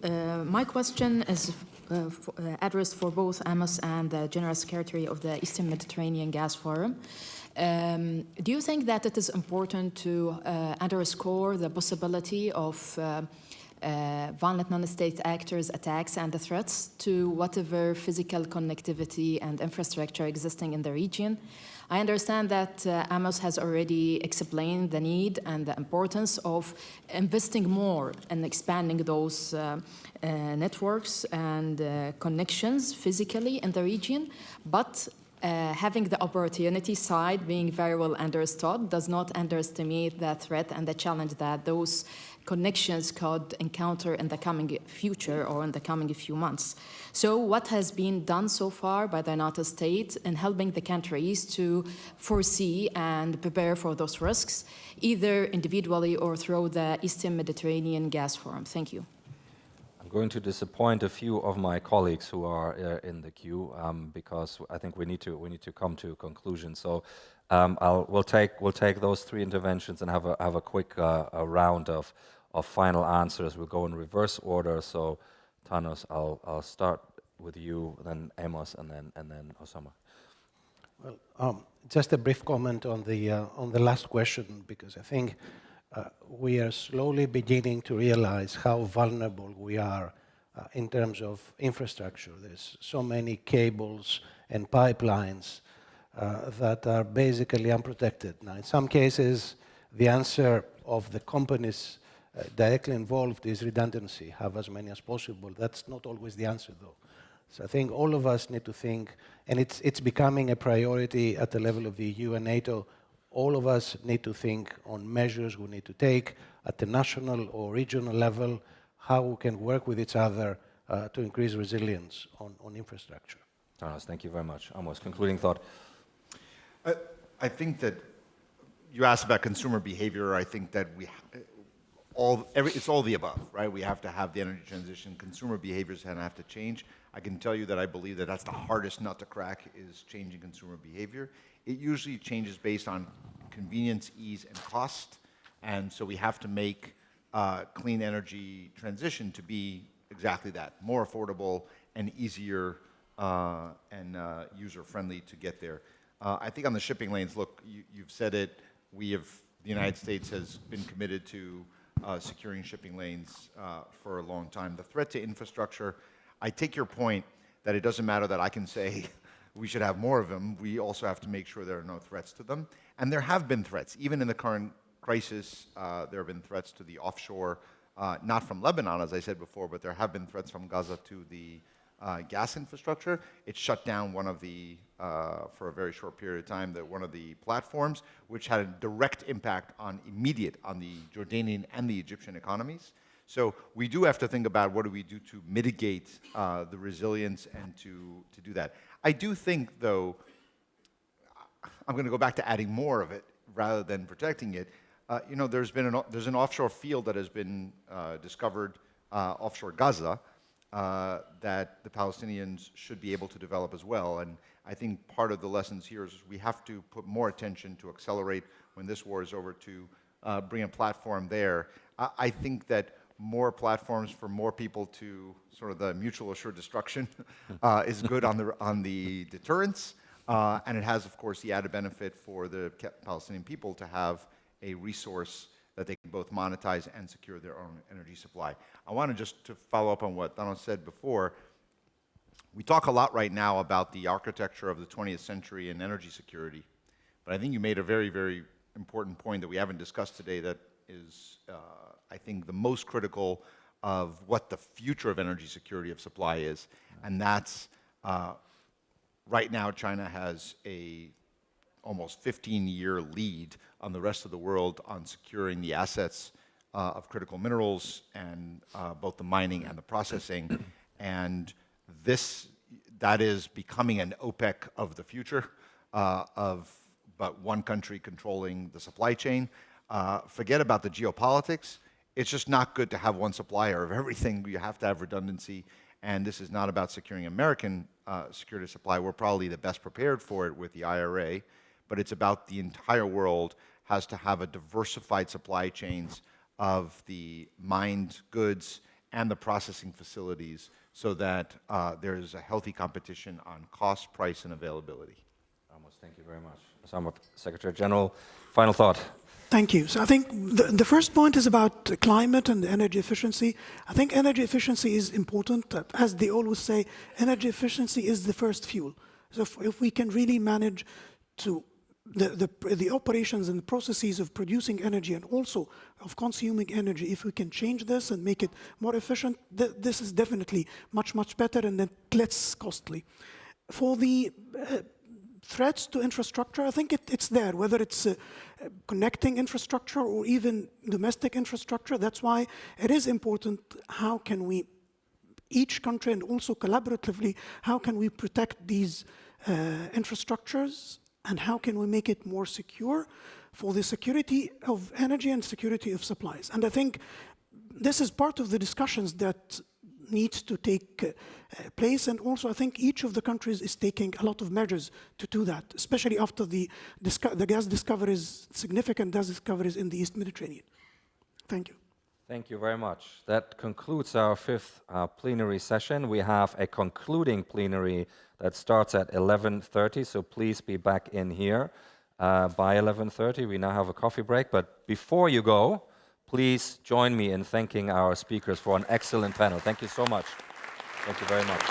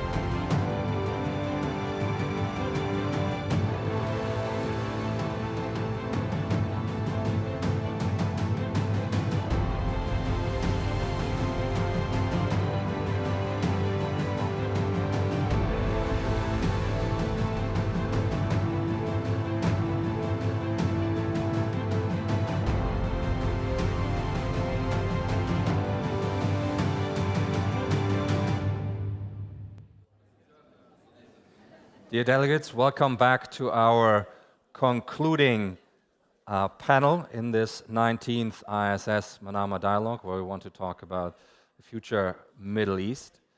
And it is a real pleasure to have here with me on the panel 4 of my IISS colleagues to lead us through a number of themes. We have on my far right side Emil Hokayem, the Director for Regional Security at the IISS. We have Rima Mtas, one of our consulting senior fellows. We've got Hassan Al-Hassan, one of the research fellows who focuses on Middle East politics. And we have John Rain, our senior advisor for geopolitical due diligence. We will have this panel in a slightly more conversational format. So we here on the stage will have a bit of a conversation around a few of the themes that are of importance to this Manama dialogue, and we will then, again, in the usual way, open it up for questions and comments from the floor. And I'm very pleased to see that people have made their way back in. So please do take the opportunity to engage with the team here on a number of the questions we want to discuss. And I want to start by asking my colleagues that, of course, the focus that we've had today, yesterday, on Friday on the Israel-Hamas war is obvious and is also required in many ways. But there's a question of what are we overlooking here in the region as we focus on that. Maybe we can have a quick round on those things. Hassan, can I start with you? What do you think we are missing? Sure. Thank you very much, Bastian. And I'll focus my remarks on the Gulf perspective. How do the Arab Gulf states see this? What are the second-order implications for them coming out of the ongoing war? I mean, as we all know, they're not direct participants in this conflict. They're not directly involved or directly engaged. But obviously, this war has far-reaching consequences for them. I think the first point to note here is that this is highly disruptive to their shared prosperity agendas. So this was the broad framework under which both Saudi Arabia and the UAE attempted to engage Iran on the one hand and Israel on the other in a framework of shared interests, the old liberal interdependence idea that shared interests are conducive to peace. And so this was seen as a vital instrument of regional de-escalation, supporting Saudi Arabia's recalibration of its foreign policy and the UAE as well to serve their domestic development agenda. So initiatives like the India-Middle East European Economic Corridor, for example, broad geo-economic connectivity initiatives were all seen within this umbrella of the shared prosperity agenda. And obviously the October 7 war, or the war since October 7, has made this much more difficult to accomplish. Mm-hmm. The second point, I think, is that this reinforces perceptions of US deterrence failure in the region. According to the Institute for the Study of War, we've seen 81 attacks by pro-Iranian militias in Iraq against US bases in Iraq and Syria.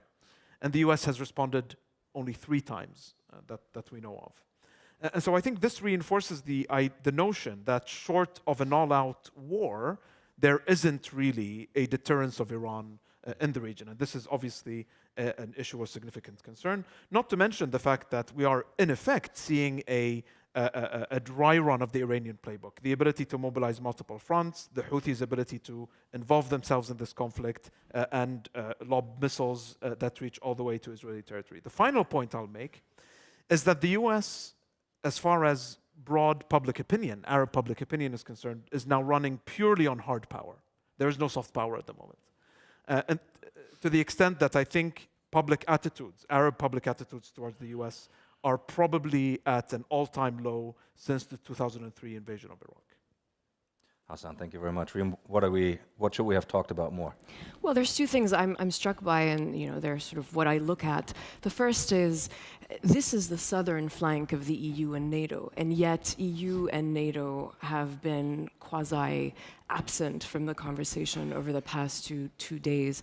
There seems to be almost no expectations of the EU, whether it's member states on their own or the EU as an organization, to play any kind of real role in the management of this war and then the repercussions afterwards, even though actually the security theater is very connected, and clearly this war will have repercussions for EU member states, especially those in the Eastern Mediterranean and on the Mediterranean shore. So that is one that I'm quite struck by, and hopefully there will be more questions about perhaps the divisions within the EU, but also what various countries in the EU are trying to do. Same goes for NATO. And I would say just one other thing that I've been struck by, given the normalization that the Arab countries had tried to do last year with Syria. We didn't talk about the fact that Syria has become definitely a narco state, and the Captagon trails, let's say, have continued since that attempted normalization, and they are actually getting to Europe. So again, the connection between the southern flank and European security, very striking. I know that there is an increasing security concern in Europe about that trail of drugs getting into Europe, and we haven't been able to discuss that. Thank you very much. Emil, what kind of, there are multiple conflict drivers obviously at play. Syria has just been mentioned. Emil, what would you focus on? Let me start by making a broader point. Essentially, the previous decade has seen multiple conflicts in the region, and they've all generated fatigue, frustration. So the international response has been to try to, extent possible, freeze those conflicts in the hope that over time the drivers of violence, of competition will diffuse, and that somehow the various parties will see political settlements as the better way forward. We've seen that in Libya, Syria, Yemen, Israel, Palestine. But what we've also seen in the past 2 years, and just getting out of region, is that those frozen conflicts have a tendency to explode in our faces, because what happens is that when they're frozen, there's complacency. The attention moves elsewhere. And over time, those drivers of violence get supercharged, actually. So look at Ukraine, 2022, Nagorno-Karabakh, and now Israel-Palestine. At the moment, the theater I'm quite concerned about is northern Syria, as we see massive violence in Gaza because Israeli bombing, Hamas's attacks, and so on. The violence in northwest Syria is picking up. With increased Syrian regime and Russian bombings of Idlib in particular, a large number of casualties, real concerns about renewed displacement. We're talking about the size of Gaza, if not more, in that space. It is not as small as Gaza, but in terms of density, it's not far from that. So this is a possible conflict zone that can actually erupt again and pose real challenges to the neighborhood. In northeastern Syria, you have another dynamic at play that is essentially fueled by questions about the future US presence. A number of quarters, people look at the current crisis of Gaza and the number of attacks that against US bases and targets that Hassan just referenced. And there are concerns that Washington, in a few months, having seen how costly and difficult it is to do force protection, will decide to essentially exit Syria and Iraq.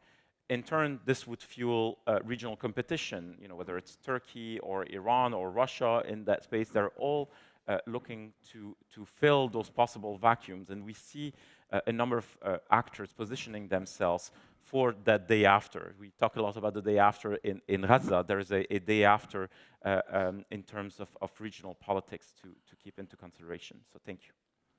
Emil, thank you very much. John, what are some of the actors that you thought we might talk about more, but didn't perhaps? Thank you, Bastien. I think there are 3 states in the region who are at interesting points in their lives, in their life cycle as states. And prior to October 7th, many people were talking about them, but we've changed the nature of the conversation about them. I think we should try to recover what we were saying beforehand. The 3 states are, first of all, Iran.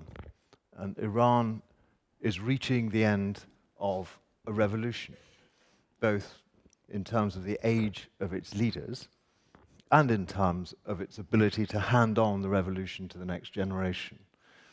This is the end of a political cycle. It would be premature to say that the end is imminent.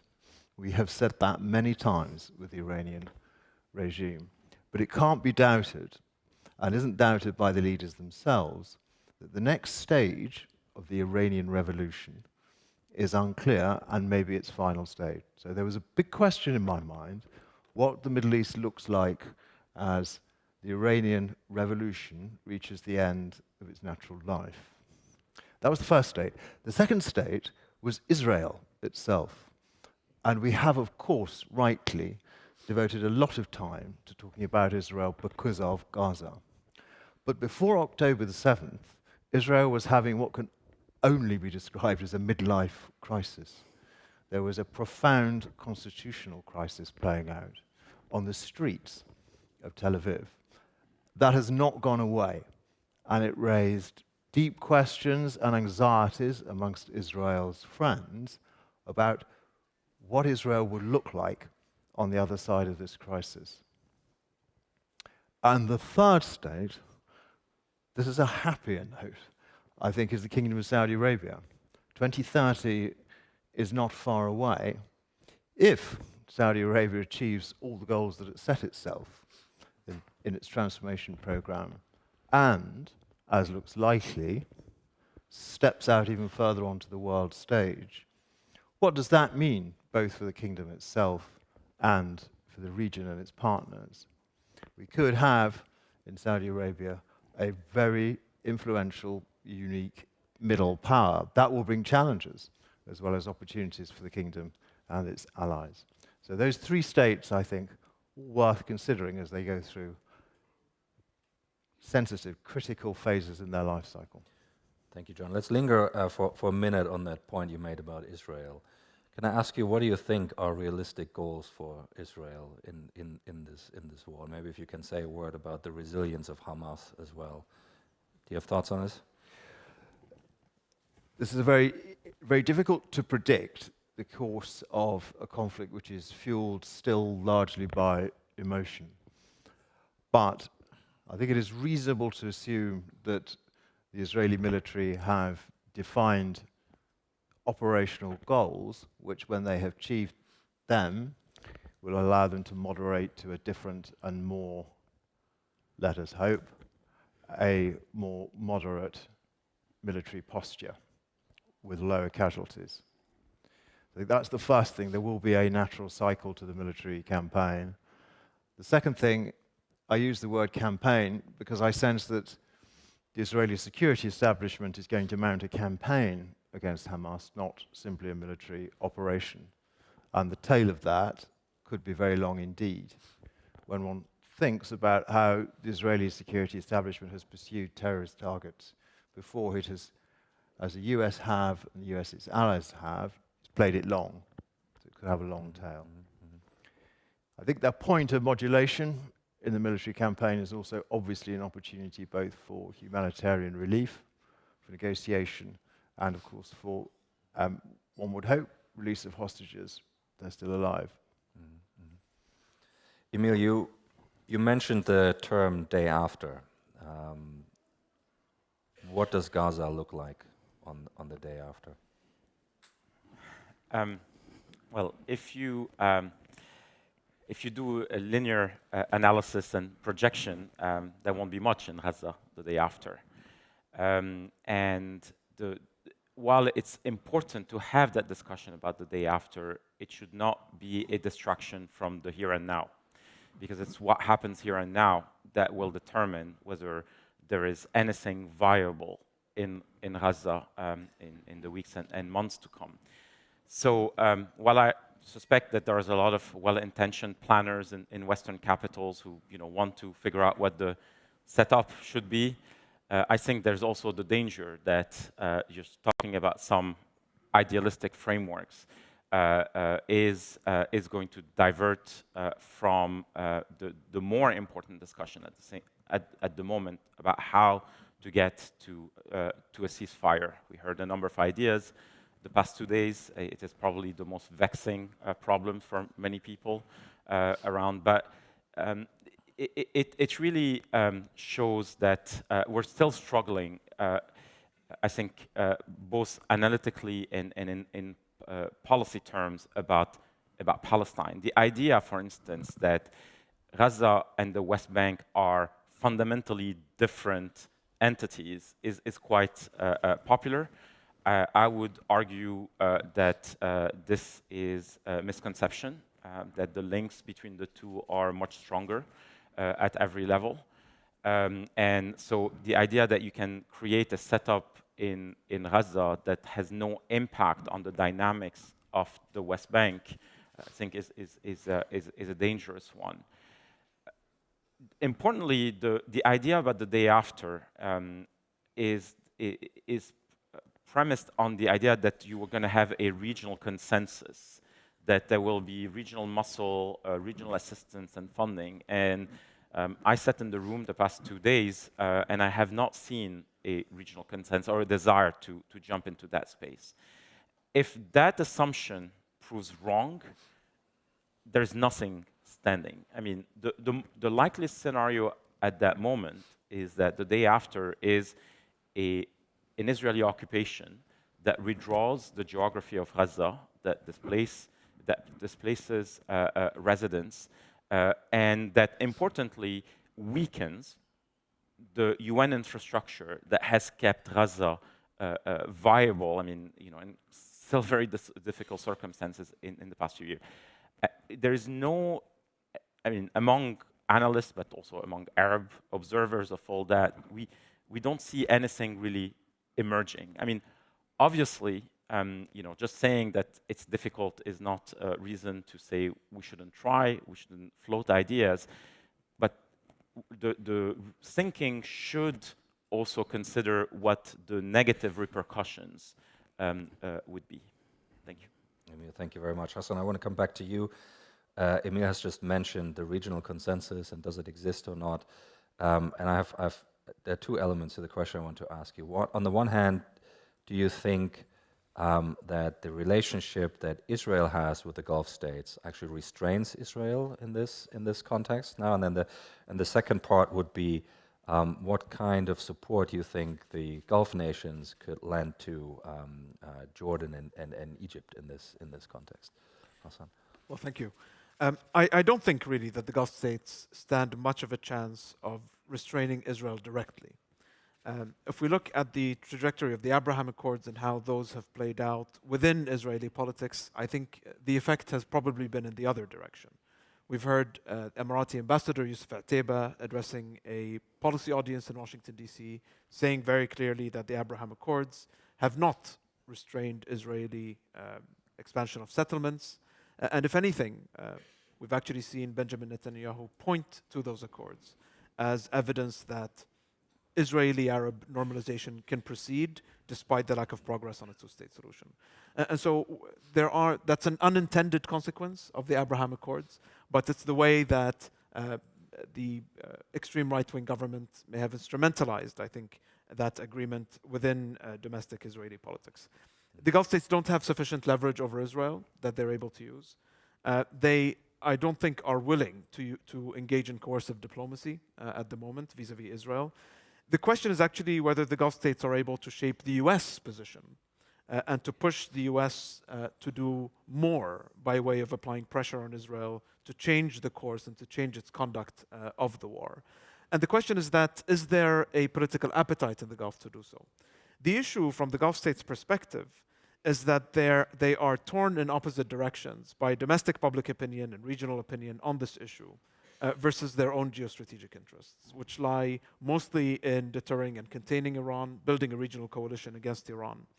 And so in that sense, in an environment of a heightened threat perception, because of the risk of a regional spillover, because of the way the Houthis have involved themselves, because of the way that Iran is able to mobilize multiple fronts, it's not entirely clear that the Gulf states want necessarily to put their own relationship with the US in the current environment under strain, despite, and we'll see how this plays out, the significant and considerable public pressure from within all of the Gulf states, within all of the Arab countries, that no one can afford to ignore, to take a stronger stance on and in support of the Palestinian issue. Can you remind me what the second component was? Gulf support for Egypt, Jordan. Gulf support for Egypt, Jordan. So we've recently published a paper on Gulf bailout diplomacy that John had also referenced earlier. I think we have to keep in mind that the Gulf states have supported Egypt and Jordan financially over multiple decades. Egypt was the largest recipient of Gulf aid over a 6-7 decade period, tens of billions of dollars in bailout assistance. Jordan, a smaller but nonetheless significant amount. The Arab states, including the Gulf states, have all coalesced around support for Egypt's and Jordan's total rejection of a mass expulsion, forced displacement of Palestinians outside of Gaza and the West Bank, because this is an existential national security issue for Jordan and a serious threat for Cairo as well. So we've seen a lot of Arab support for the Egyptian and Jordanian positions. I would suspect that the Jordanians and Egyptians would like to see even greater Gulf support, but as I said, the Gulf states have to balance a number of geostrategic considerations that also inform and also weigh on their positions as far as this conflict is concerned. Thank you. Reem, you mentioned in your opening remarks, you mentioned that while the EU and NATO were both obviously represented here and actually spoke from this stage, they weren't really thought of in terms of the key actors in moving forward. So again, 2 points to you as well. What do you think the status of the strategic currency of those actors is in the region now? And then I also wanted to ask you, what do you think explains that sense of shock and surprise in many of these capitals, in Europe in particular, but elsewhere as well? But let's focus perhaps on Europe for a minute, around the events of 7 October. What are your thoughts? Yeah. I mean, the strategic currency, I'll talk about the EU first. Clearly, right now, the offer of a geopolitical EU is in deep trouble. It's not just in deep trouble because it's unable to be an effective actor on this Israel-Palestine issue, but of course because the Russia-Ukraine front is not going very well for Ukraine, and there are massive questions that they need to handle over the next year ahead of the NATO Washington summit in DC, with big fears about what the US administration is going to be willing to continue doing in Ukraine, and the lack of ability by the EU states to take over completely for the US role if the US decides to sort of lower its involvement in Ukraine.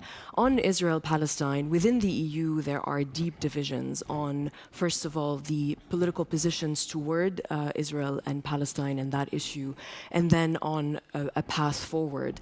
You have a small group of like-minded countries like Ireland, like Belgium, France sometimes is in that group, that is more on the side, let's say, of, I'm really simplifying here, but on the side of a more pro-Palestinian position. And then you have countries like Austria or Germany that are very staunchly in an almost no-holds-barred support of Israel. So it's very difficult for them to agree on what to do. And at the beginning of this round of the conflict, we saw, for example, completely shambolic communication from the EU, where you had the EU, one of the EU commissioners, in charge of EU humanitarian aid for Gaza, announce without actual debate or consultation with the member states that the EU was suspending humanitarian aid to Gaza, which immediately was rebuked publicly by European members of parliament and also by ministers of member states. You also hear from EU leaders and EU representatives that the EU's role has been very important in, for example, delivering messages, whether it is between the US and Iran on the deterrence component. But what is lacking in the EU position, of course, is the hardware to back up that deterrence message. So without the EU hardware that was immediately deployed, and actually that surprised people in the region, given the US posture over the past 15 years. Without that, whatever channels of communication the EU member states or the EU as such can have with Iran is not going to be credible. And that is a hard fact that EU member states and the EU have to face. When it comes to NATO, NATO is in a slightly better position because the expectations are different. NATO, since the last summit, has revitalized its southern neighborhood initiative and is actively looking at ways to make it more effective. It is not expected to play a lead role on the Israel-Palestine issue directly, so they kind of get a bit of a pass.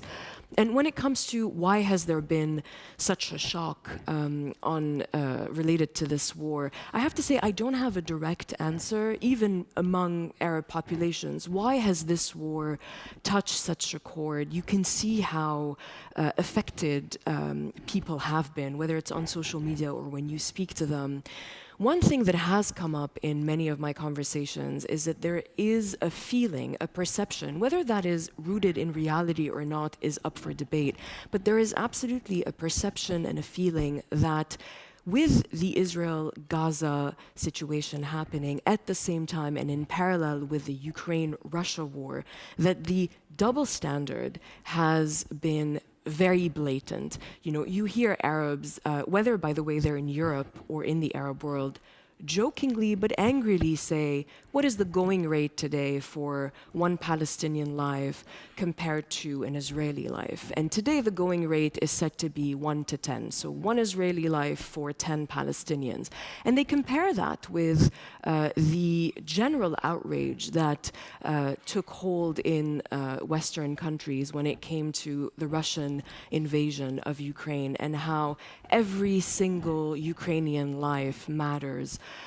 They've brought up, obviously, the US. I've heard this comparison multiple times, which, particularly with the NSC coordinator for strategic messaging, John Kirby, who was very virulent in defense of Ukrainian lives, but has said repeatedly at the podium in the White House that there are no red lines for Israel. So that has struck a chord with populations in Europe, and not just populations of, Arab or Muslim background, but on the left as well, and of course in populations here.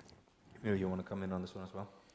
Yeah, I mean, it's undeniable that the Palestinian cause has immense sympathy in the region. And, listening to, some of the conversations here, my broader engagement, I think Western officials still underestimate the amount of rage there is.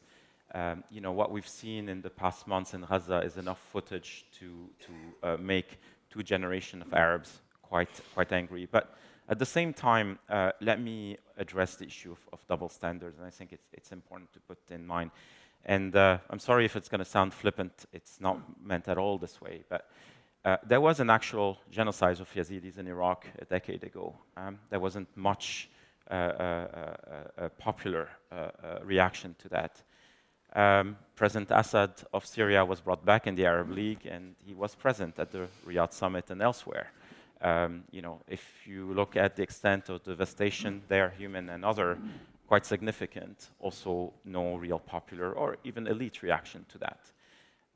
As we speak right now, Darfur, which was the site of large-scale genocide in the previous 20 years ago, is again facing the prospect of large-scale killing.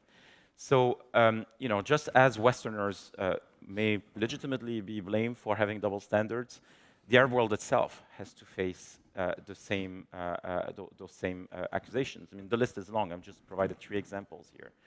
What I'm trying to say is that, first and foremost, it is a policy challenge.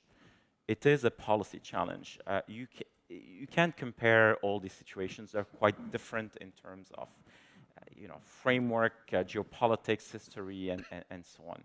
This is certainly not a call to put Palestine on the side. To the contrary, if anything, for many reasons, I care a lot about the outcome there. I'm sorry that I had to use the I. But the point is that it does have a ripple effect. It is going to poison, it is going to shape relations between a number of Arab countries and their traditional Western counterparts. It will dominate every discussion within Arab forums and so on. So there's it's not just the right thing to move quickly on that. It's also the smart thing, because the longer this thing lasts, the worse the ripple effects will be. It's saddening at one point that other conflicts don't get the same attention. There are reasons, there are sometimes domestic conflicts, so there's less urgency, and they're not necessarily linked to the history of the formation of the modern Middle East. But the idea, just to be more precise, yesterday, for instance, we heard that the surge in humanitarian assistance is linked to a hostage release. And I think the point about hostages was important. I think Arab officials have not faced front and center the importance of releasing hostages, Israeli hostages. However, suggesting there is a conditionality between the two rather than concomitance is very troubling and has been perceived as such by a number of people. So we have to be very aware of the words used to describe this conflict or to explain policy responses. Thank you. John, you look like you want to come in as well. Thanks, Bastian. And you kindly invited us to mention things that we hadn't talked about. We're back talking, as we probably rightly should be, about Gaza and the Palestinian issue. And I think I might be the oldest person on this panel by quite a margin. So for my generation, who's seen so many attempts to solve the problem play out, I'd just offer a few observations on our conversations in this room on Gaza and Palestine. The first is that the process matters more than the result. And we can't leap from here to the result. But we must have a process. And a process is often enough to stop the fighting. And one, of course, thinks of previous processes which have done that. Secondly, to start the process requires a courageous and possibly eccentric move. And the gradualist approach, which has been advocated by many, and one can understand, we're in the midst of a conflict, one doesn't want to exacerbate the conflict, but it may not be enough. And of course, one thinks about dramatic moves that have been made, not least by late President Sadat, to leap across what appears to be an unbridgeable divide. And the third thing is the courageous move has to have a courageous leader. And one of the things that I entirely agree with my colleagues on is that in this case, the leadership is available in the region. The leadership may not be available for all sorts of reasons outside of the region, but it is available. And my last point on that is the trap of inherited vocabulary. And the two-state solution, whilst earnestly desired, it may be a phrase that's quite simply negotiating terms outlived its usefulness. I wouldn't presume to suggest something alternative, but states are also nations. You could have two nations. Many other people will have other suggestions how we do it. But I think being loyal to previous vocabulary can be confused with being consistent in your principles. It doesn't necessarily mean the same thing. John, thank you very much. We're nearly 40 minutes in, and I've got a good 10 people on the list already. So I'll start taking some interventions from the room, and then we'll get back to them. And the first person I'd like to ask is Florence Parly from France. Your microphone is live. Thank you very much, and thank you for these highly valuable comments. My question is not a simple one. What are your views as analysts on what should be done to make the two-state solution happen? What would be the key conditions, and what would be the first milestones? Thank you. Florence, thank you very much indeed. I'll give people a minute to think about that, so we'll have a few more interventions before we get back to answers. Khalifa Al-Suwaidi from the UAE. I have a question for Reem. regarding the EU's vision for strategic autonomy. Is it dead amid this perception of declining support for the EU from the US, owing to its increasingly polarizing political scene? Thank you. Thank you very much. And from Turkey, Hassan Ulusoy. Well, thank you, Chair. Well, this is the first time I'm attending this prestigious forum. Thank you for the invite, actually. It's been fascinating. I have one brief observation and a following question. Over the 3 days, we have heard several interesting perspectives, and the main focus rightly was on of course, the Gaza and beyond. And among these interesting perspectives comes to my mind is the importance of the rules-based global order. Yes, it is a divine goal, but how can we do that? That is the question, I guess. And here, I might say, there is a conundrum, even there is an ontological question. Whose rules? Who will set the rules? Whose rule will be imposed? So giving all these predicaments, actually, in the international relations. Yes, the UN is our common house for such codifications, but we know previously in 2005, there was World Summit, and there was an outcome document, but then nothing much happened.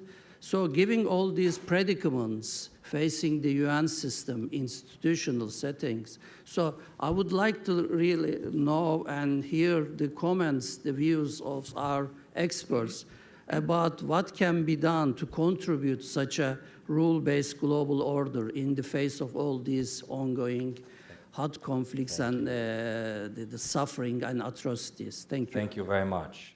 I'll take a few more and then we'll return to the panel and then we'll probably fit in another round.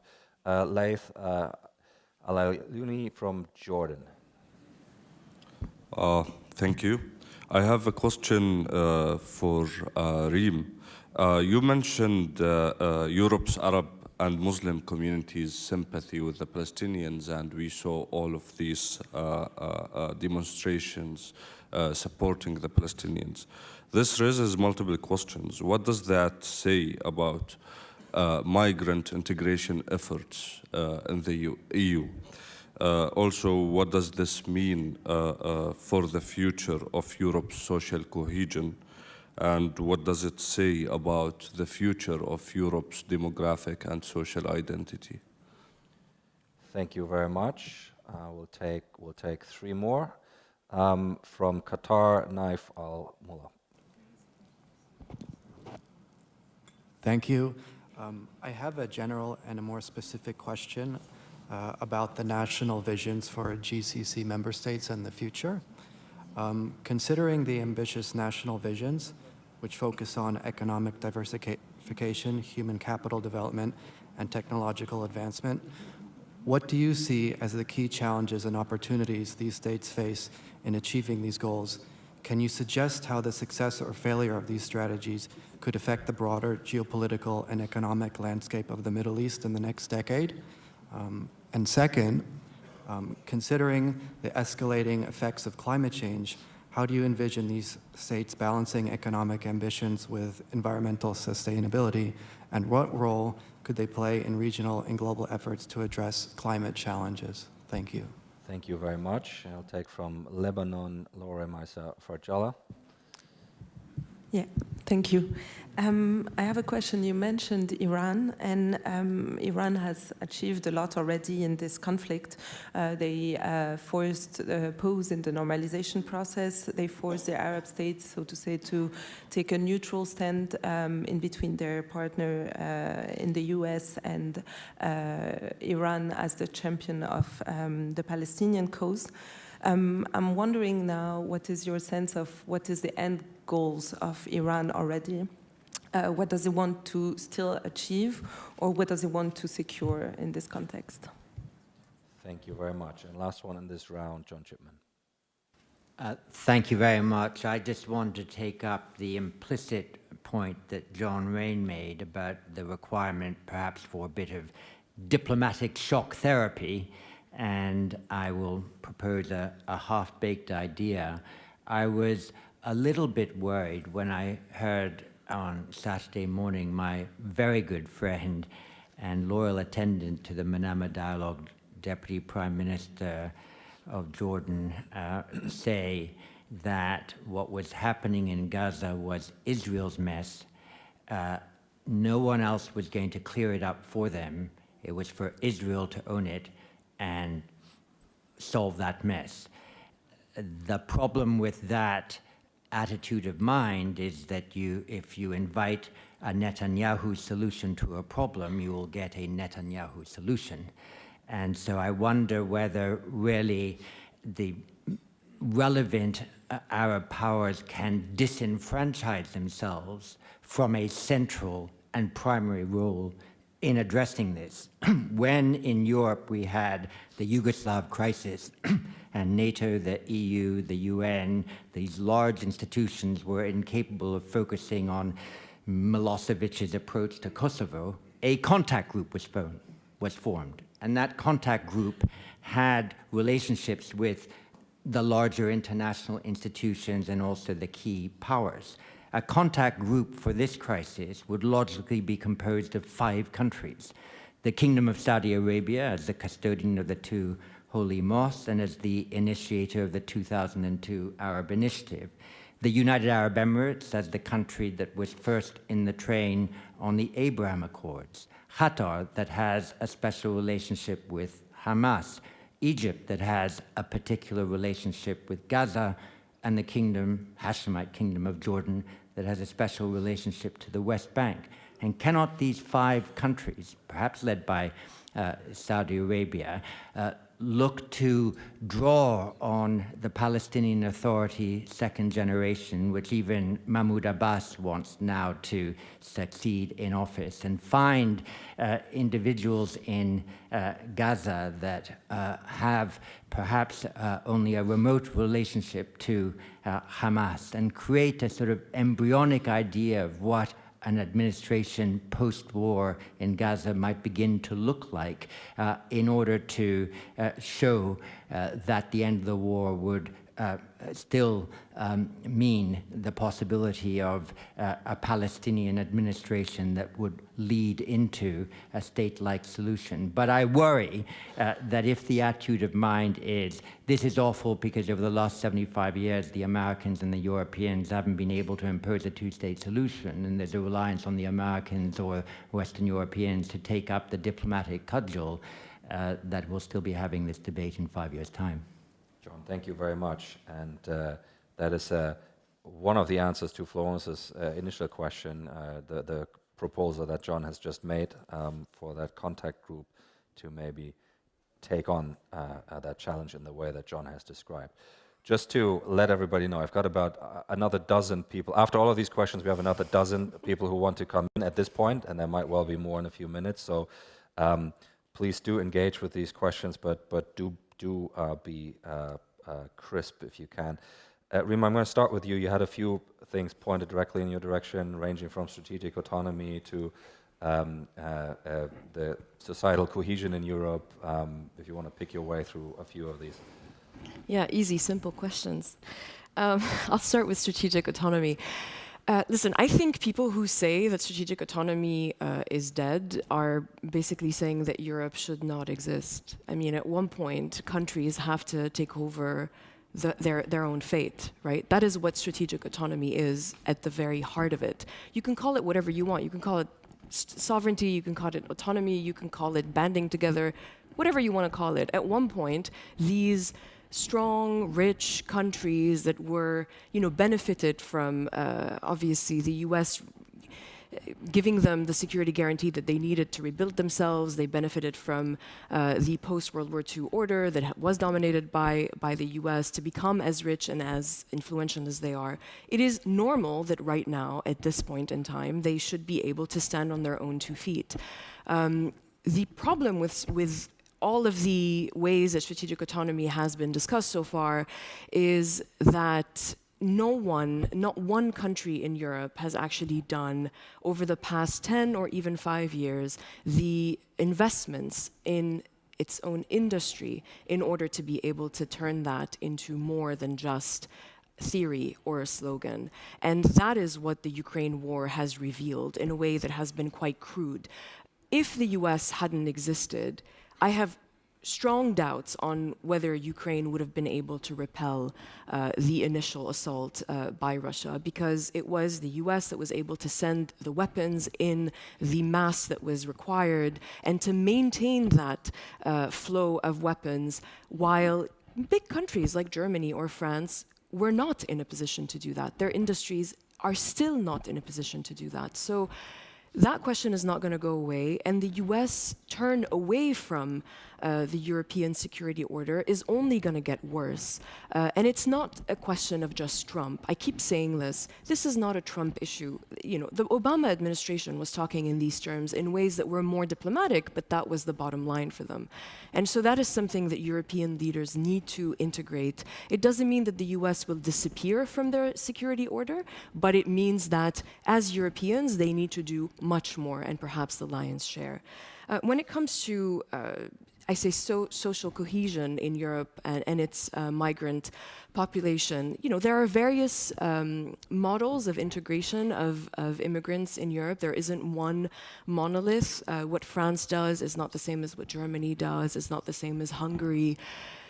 You know, that is a big open question. It is clear that we are in a moment of crisis on this issue. You have a real rise of far right in a way that isn't just in the far right. It is becoming more and more mainstream. There is backlash against visibly different minorities in Europe. There is a backlash for a return to a very let's say, purist view of what being European is. And that is a conversation that Europeans need to have amongst themselves. It is difficult. And it does come with security risks. You can see today with the Israel-Palestine issue that a lot of countries are very worried about a resurgence of terrorist attacks within their own countries. That is something that they're dealing with every single day, whether it's the rise of anti-Semitic attacks, which have happened, or whether it is worrying about a resurgence of ISIS-style attacks that benefit and weaponize the feelings of disenfranchisement that some of these populations are feeling in Europe. Just a quick answer to Florence, what should be done for the two-state solution. You know, as John was saying, it's the time for some pretty tough and creative solutions, and that's where I think Europe and the US need to be weighing in the most. The settlements in the West Bank can't continue existing the way they are. It's just not possible. Palestine cannot be the only country in the world that doesn't have territorial continuity and that is like a Gruyere cheese, you know, pockmarked by settlers who, by the way, are also messianic in their approach to their existence. And Gaza can't remain that disconnected from the West Bank. So there has to be some sort of territorial swaps that happen, that don't happen at the expense of the Palestinians. And on the other side, the Arabs perhaps need to tell the Palestinians that maybe a big part of the refugees that have been abroad since 48 and 67 perhaps won't be able, all of them, to come back to whatever Palestinian state emerges. And I'll leave it there. Thank you very much. Just for completeness' sake, I would just want to briefly underline, I think that the UK also played quite a useful role in blunting the early Russian assault, both through training and also delivery of things, just as a footnote. Hassan, can I turn to you next, and maybe you can pick up the specific questions that were asked about the vision documents and how all of that interacts. Hassan. So I'll address those, but before I do that, I'll just make a point or two on the Gaza basket of issues. There was a question on international law and the rules-based order, and how do we uphold the rules-based order? I think the consistent application of international law is a necessary but insufficient requirement for the continued survival of the rules-based order. And that's very important, and all the more important in the context of the current war in Gaza. The US is the system leader, and what the US does and says on this issue matters tremendously. This takes me to my second point about what makes the Palestinian issue so special. Emil mentioned a host of other cases that involve tremendous amounts of suffering and so on. I think there are two things that make the Palestinian issue special. The first, as I said, is that Israel's ongoing military campaign, atrocious military campaign, is US sanctioned. This is a fundamental distinction that separates this from other conflicts and cases where this was not happening with the approval of states that are significant in the international system like the US. This is a very important qualitative difference that I think explains a lot of the frustration and outrage that we see surrounding this case. As Reem mentioned, we've clearly heard from the US that there are no red lines on Israel as far as this is concerned. So this is a qualitative distinction. The second qualitative distinction is that this is happening, as we've already heard, in the context of an occupation. This is a somewhat exceptional situation in the world, and an occupation in addition to a settler, colonialist, segregationist context. So these are, I think, qualitative differences that make the Palestinian issue particularly special and that elicit a stronger response by comparison to other conflicts. The third point to make, going to John Chipman's question, I think the Arab states see a risk in talking about the day after and trying to propose post-conflict roadmaps and post-conflict reconstruction, of sending a signal that by talking about post-conflict reconstruction, you enable Israeli destruction today. And the question is that, what can the Arab states possibly do now to shift Israel's conduct and prosecution of the war today, to change Israel's goals in this military campaign today? And I think the answer is probably not much. But I think they are still cognizant of the risk that by talking about the day after in some fantasy land scenario, that they will essentially be providing Israel with political cover to say, we'll pick up the pieces. And I think this is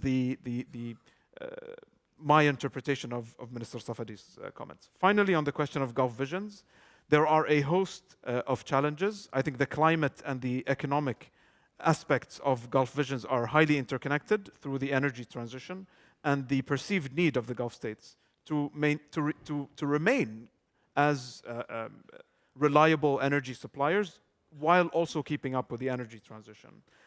The main factor that I would like to focus on is the geopolitical risk factor, and this is very significant for the Gulf states because the Gulf states are import dependent. They don't produce a lot of innovation. They rely on their financial capital to import knowledge and technology. And the fact that we now see greater protectionism, greater nationalism when it comes to the sharing of technology, we see the reintroduction of trade barriers, we see the introduction of protectionism in the US that affects Gulf exports of steel and aluminum, despite WTO rulings that these tariffs are illegal. This obviously is a major geopolitical risk factor for the success of for the delivery on economic modernization ambitions and agendas on the part of the Gulf states. They rely on connectivity, they rely on the seamless exchange of technology and knowledge to be able to modernize their economies. And without that, due to the geopolitical risk, they face a higher bar of challenge in their attempt to do that. Hassan, thank you very much. Emil. Yeah, just first to address, John Rain asked us to think boldly. Florence Parly had a more focused question. John Shipman provided one idea about the contact group. You talked about settlements. Let me add my point on this one. If the EU in particular wanted to take a stance, EU member states right now, those of them who haven't yet, could recognize the state of Palestine. Just as they affirm their strong support for Israel's security and importance that it live in a secure neighborhood, those countries that have resisted that move for a long time, saying we'll do that once the negotiations have happened. Well, this is perhaps a moment to do it. I hope it's discussed, because otherwise, all the protests right now, Josep Borrell was here explaining to us what the no's were and the yeses and so on. Well, this is a practical way of putting this in motion. Israel will get security guarantees. It's clear from statements and so on that there is strong support. Perhaps it's time to think about the other one. I want to address the issue of Iran, and I'm sure John Rain will add to that. But I see Iran as a net beneficiary of this crisis at the moment. Yes, it is a moment of risk for Iran. It does worry about how the escalation in the region is playing. But I think Iran in the past 2 years has had two good surprises, essentially. The first one is the Ukraine war, which allowed Iran to say to Russia and China, hey, welcome to the club. We've been resisting Western imperialism for 4 decades, and you guys were, flirting with them, trying to, build geoeconomic connections. Russia was once interested in entering NATO, and China relied on trade with the US and others for its own prosperity and so on. But yeah, perhaps you had it wrong, and we in Tehran always, were clear-eyed about what the challenge was. So I think Iran does expect that there will be greater alignment between those 3 countries, possibly more, that this whole discussion about BRICS and the rise of the South and so on will eventually help Iran globally. Now, whether Iran will have access to the technology, the talent, the capital, the markets, and so on that many in Iran who look east have, still is doubtful. But this is enough fuel for Iran to feel good globally for the next few years. I would say also regionally, Iran has done quite well. I mean, that latest crisis in Gaza comes, in a way, at a good moment for Iran, because it has rebuilt relations with Saudi, with the UAE, with Egypt possibly, and others. And so, in a way, Iran feels successful. It has spooked its regional neighbors in the previous phase, the 2019 attack in Saudi, the attacks against the UAE, and so on, that put clearly on the table what the risks for countries opposed to Iran are. And then that crisis emerges, and it's not as if regional countries have said, okay, we're going to cut relations with Iran. No, if anything, we saw the first meeting between Crown Prince Mohammed bin Salman of Saudi Arabia and Iranian President Ibrahim Raisi. I'm not saying there is necessarily much substance to this, but the regional countries want to sustain the appearance, perhaps the illusion, of de-escalation. And that's a net plus for Iran. And finally, Iran is back in the game as a, it can tell everyone else, we kept our eye on the ball all along. The Palestinian cause, while everyone else was, distracted or compromising with Israel or seeking big deals with the US and so on, we did not compromise. We were there. Now, on the downside, Iran faces real risk of escalation that it has avoided so far. I think the first one is what to do in Lebanon or with Hezbollah. I think Iran and Hezbollah are still very unwilling to jump into that fight. It's uncomfortable. They have to demonstrate to the Lebanese and others, why it was okay to, build up a militia, which turned into essentially conventional military in the past decades for the big one. And when this existential issue that is Gaza emerges, well, not much happens. But that's because Iran is very strategic, I think. At the end of the day, Iran looks at this war as still not the big one. It is not an existential challenge for the Iranian leadership. So why do you want to deploy your ultimate instrument of punishment and deterrence, that is Hezbollah? So they've decided not to do that. At the same time, however, they're pushing in a number of places. The power of their partners in Iraq is growing. The Houthis are consolidating in Yemen, feel emboldened, so they can fire missiles, cruise missiles, ballistic missiles, UAVs at Israel. I mean, and it's happening without Iran paying a direct price. So I see Iran as a net beneficiary of that phase. Emil, thank you very much. John, do you want to add a few thoughts to that? Yes, Iran has benefited in the ways that Emil says, but it's got a problem, and I come back to just remember where it is in the life cycle of a revolution. So it needs to preserve two things. It needs to preserve its credibility at home. It needs to preserve its its assets overseas. And those are the two reasons it hasn't entered this war. At home, you may remember that demonstrations against the Iranian regime include the chant, not for Palestine, not for Lebanon, but for Iran, we give our lives. So, foreign adventures are no more popular in Iran than they have been in the USA or in European countries. So its problem is that it needs to remain credible and potent at a time when it has many practical problems, not least the management of the economy, notwithstanding the windfall that it may have had, has deeper structural problems. It has a problem with an estranged younger generation, estranged if not hostile. And it's got a credibility issue in that if it has structured the state to the point where it actually has part of its armed forces named in honor of Jerusalem, if it structures the whole state around sponsoring courses which are about Palestine and the liberation of Jerusalem, and then in this crisis it hasn't done anything, then what are they there for? And that's something that will have been noticed, has been noticed inside Iran.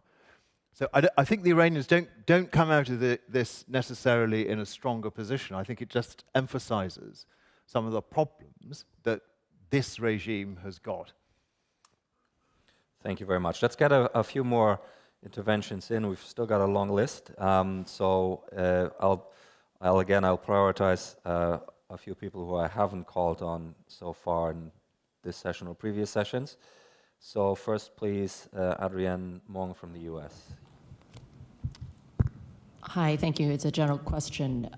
What is the role of China in the region? How is it viewed beyond its interactions in trade and energy investments?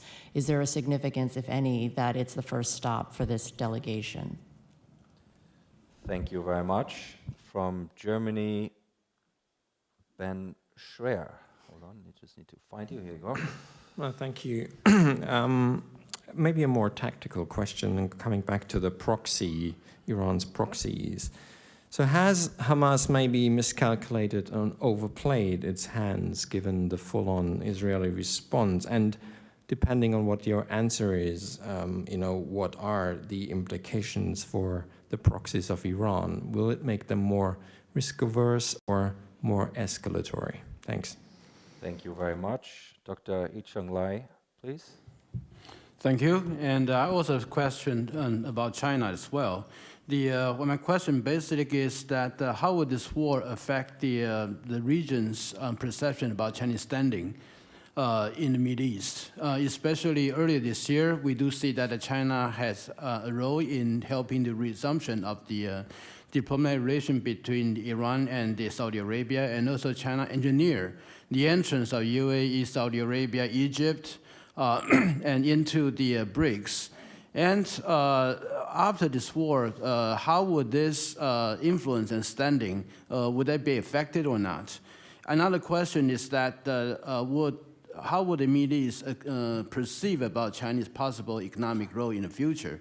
Especially this year, we started to see that the Chinese economic downturn that's become very real, and it could be the longer term and structural. How would the Gulf states, especially and also in the Middle East widely, look at the Chinese economic future? Would they still consider that China can provide a affirmative economic opportunity for the economic plan? Thank you. Thank you very much. Ian Godden from the UK. My question is very similar to the last one, so I'll just say a little bit of context. This event has rightly been caught up in the present. It's been excellent from that point of view. And we've had perspectives and comments from and about the US, NATO, European Union. In the long run, have we underestimated the shift to the east, which really brings back China, India, Russia into the context? Or is that so far away at this stage that it's a bit remote and maybe for another time? Ian, thank you very much. Okay, we'll take a few more. I still haven't made it below 10 here on my list, so there's lots of appetite. So let's keep going for a little bit longer. Fatma Al-Arimi from Oman. I think you had one question answered now, so maybe on a roll now. My question is to Emil, is why did you describe the Arabs' take on Gaza war as part of a double standard where, to me, it seems consistent with the past experiences on how our countries deal with these conflicts? And I have a few examples from the past. One example is how Saddam Hussein, the former president of Iraq, treated Kurds in his country, and how did the other countries in the Arab region reacted to that, vis-a-vis how did they reacted when Iraq invaded Kuwait. The take is different. It all boils down to one following rule in how I see it. If it involves more than one country, it gets more attention and more coverage and more involvement from the region. The same thing happens not just in the Arab or the Middle East, but also internationally. When Scotland had a referendum to secede from the UK, you didn't have a lot of interaction or a lot of coverage. Yes, there were some columns and some think tanks discussing the impacts of that, but compared to Brexit, again, it was a significant importance to them. The same happens in the war. If there are any conflicts within Ukraine itself, had it been between the capital and Karabakh, compared to the Russian attacks on Ukraine. So it seems consistent to me, so that's why I wonder, why did you describe it as a double standard, where it seems to me, again, as a historical trend in how we deal with different conflicts. Thank you. Thank you very much. I'll take a few more. Also, Rawashte from Jordan. Thank you very much. I want to ask about the role of Turkey. I think Turkey wasn't mentioned a lot in this conference, in this war and the future of the Middle East. Thank you very much. That was very crisp. Abdesam Ketbi from the UAE. Thank you. I just want to put frame for the discussion, where's Iran or the losers in what's going in the region. In the calculation of that normalization between Saudi and Israel, the Abraham Accord, all these things, and of course the Ukrainian war, Iran was watching, of course, that meeting between the Israeli and Saudi, and feel that they are losing. Excluded from the Indian Middle East corridor also, they feel they are loser. The Russian and sanction against them in the Ukrainian war, they felt they are loser.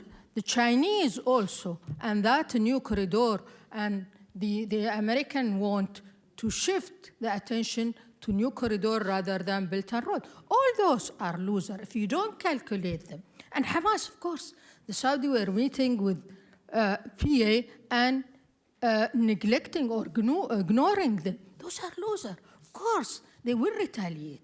They will retaliate.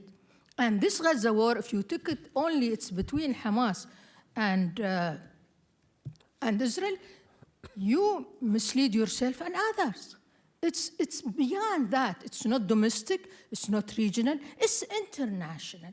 And that's why when I ask McGurk, all this heavy military in the region, it's not about Hamas and Israel. So Iran doesn't want, of course, Emil, it's not about Hezbollah.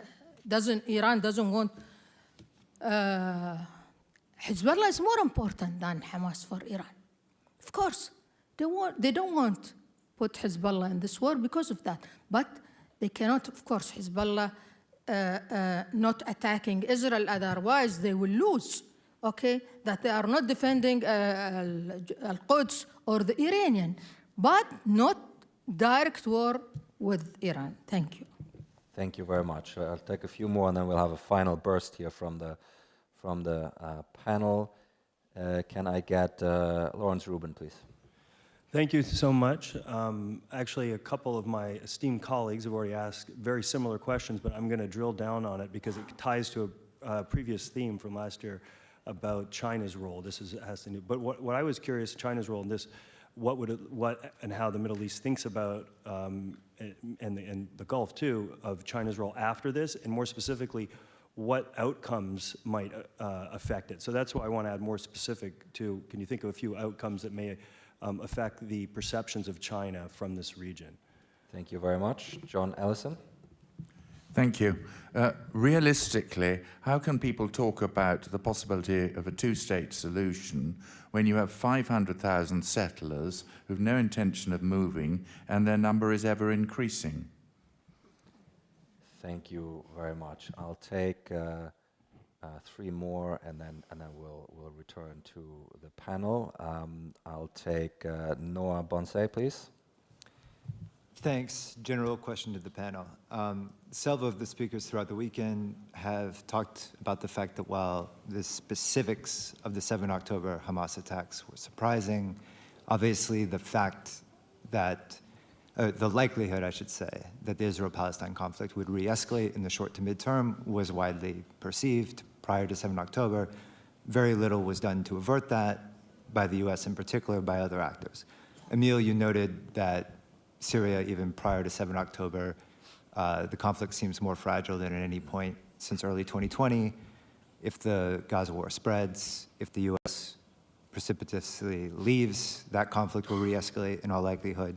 Maybe colleagues who work on Yemen would say something similar.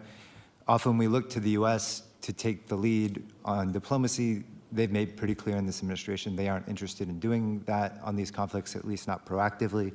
So what can be done to fill these diplomatic voids in order to ideally avert re-escalation of ongoing conflicts rather than try to struggle to contain the fires once they reignite?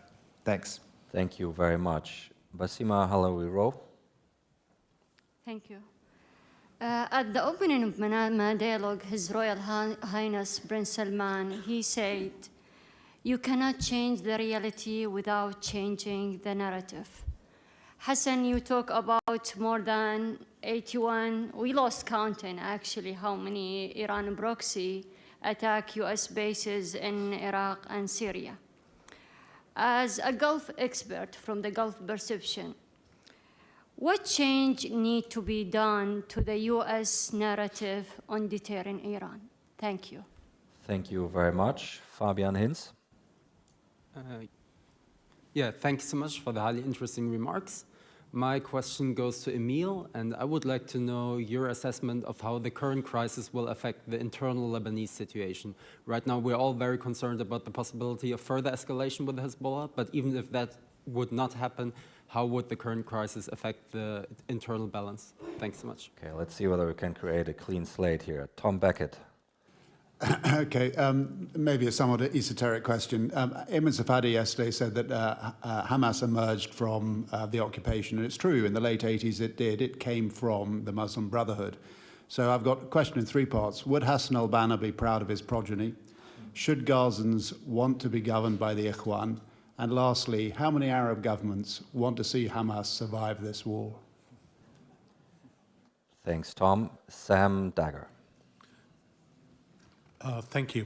Yeah, I mean, my first question is just going back to what Hassan mentioned earlier about this balancing act that the Gulf countries have to strike. I'd like to zero in maybe a little bit on Saudi Arabia. How does that balancing act look like in terms of, you know, keeping the detente with Iran in place, but at the same time needing to ramp up the defense relationship with the United States in light of everything that's going on in the region? And then just maybe very briefly to Emil and John or whoever wants to weigh in. I mean, if the conflict continues, it escalates, Israel says it's not going to stop, it wants to eradicate Hamas. The US is saying Israel has the right to do so. What will the proxies do concretely? I mean, you talked about Syria, Iraq, Yemen. I mean, any thoughts on what could maybe concretely happen? Thank you. Thank you very much. And the last question for James Hackett. Bastian, thanks. Maybe just a quick one to John Raine and then a more general one. John, on Iran internally, it'd be good to get your sense, based on experience, of what we're more likely to see, increased turbulence or more erosion of the business IRGC theocracy nexus. And another long-standing issue that hasn't really been mentioned about the Kurds. The Kurds had a referendum on independence in 2017. I wonder if anyone on the panel would like to pick up the point of what's the likely trajectory for that part of the region. Thank you. Wonderful, thank you very much. Okay, it's 12:48. I need 2 minutes at the end, so we've got 10 minutes for responses, which means that everybody roughly gets 2.5 minutes. Hassan, I'll start with you. I'll then go to John, then Emil, and Reem gets the last word.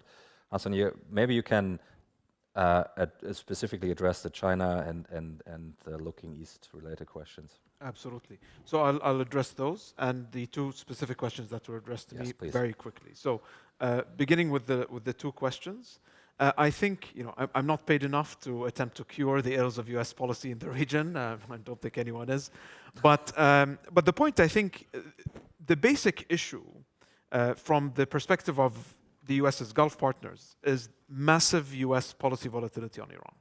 It's probably the issue on which we've seen the greatest amount of U.S. policy volatility, going from the Obama administration to the Trump administration to the Biden administration.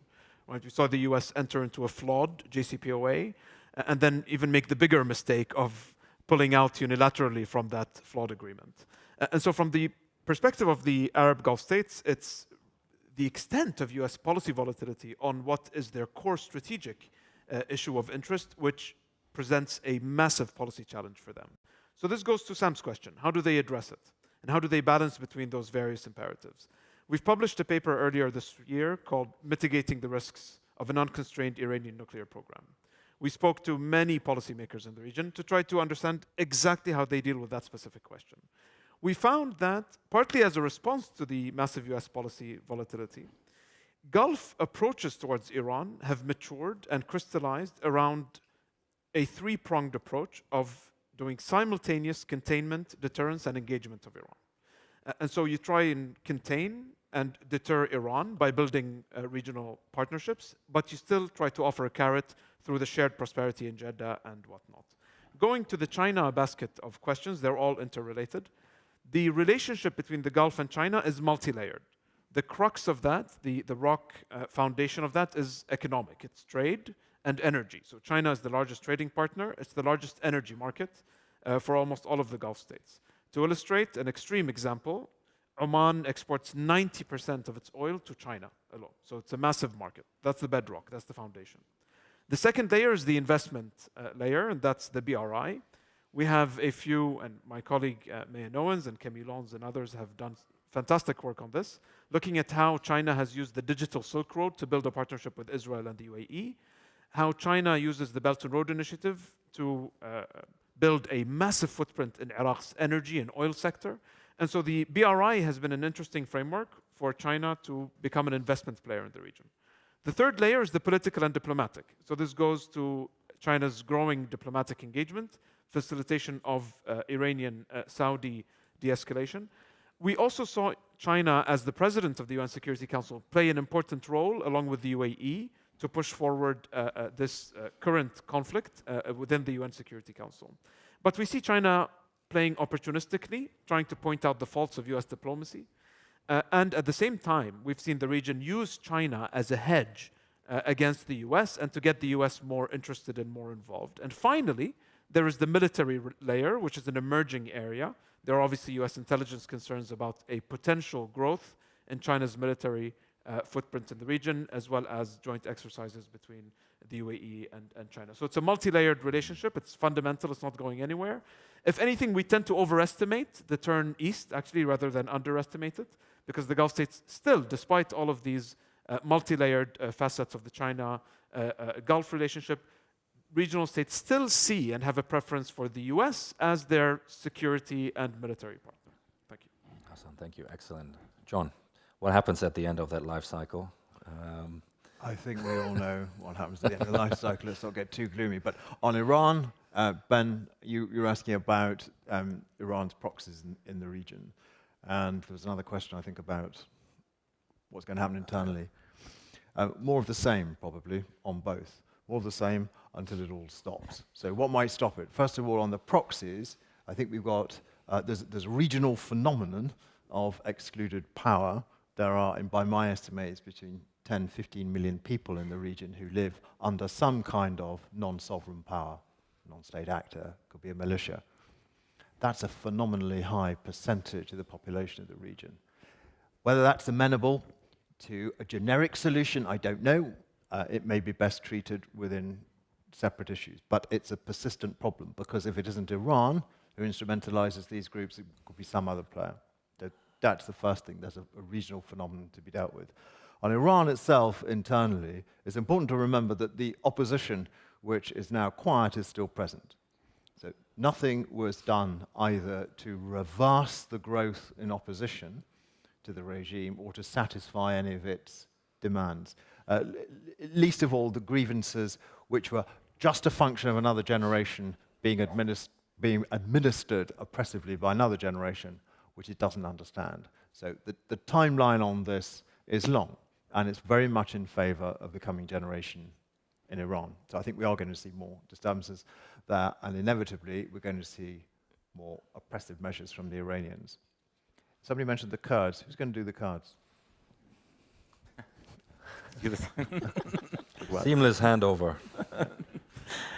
Okay, before I get to the Kurds, let me just address the questions that were directly asked to me. So first, Fabian, about Lebanon. Your guess is as good as mine at this point. I think the extreme state of despair in Lebanon, the economic decline, the political, not paralysis, but vacuum at this point, the security instability, I mean, all this is piling up. This is no longer a functioning polity.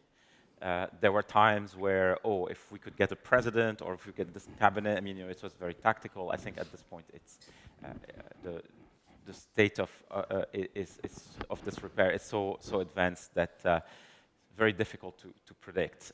Which is why you see a lot of countries trying to just pull plugs here and there in this specific scenario. That you won't be able to fix anything in Lebanon as long as the regional situation is brewing so much. Everyone has an interest in pushing, specific interests. It doesn't amount to a collective approach.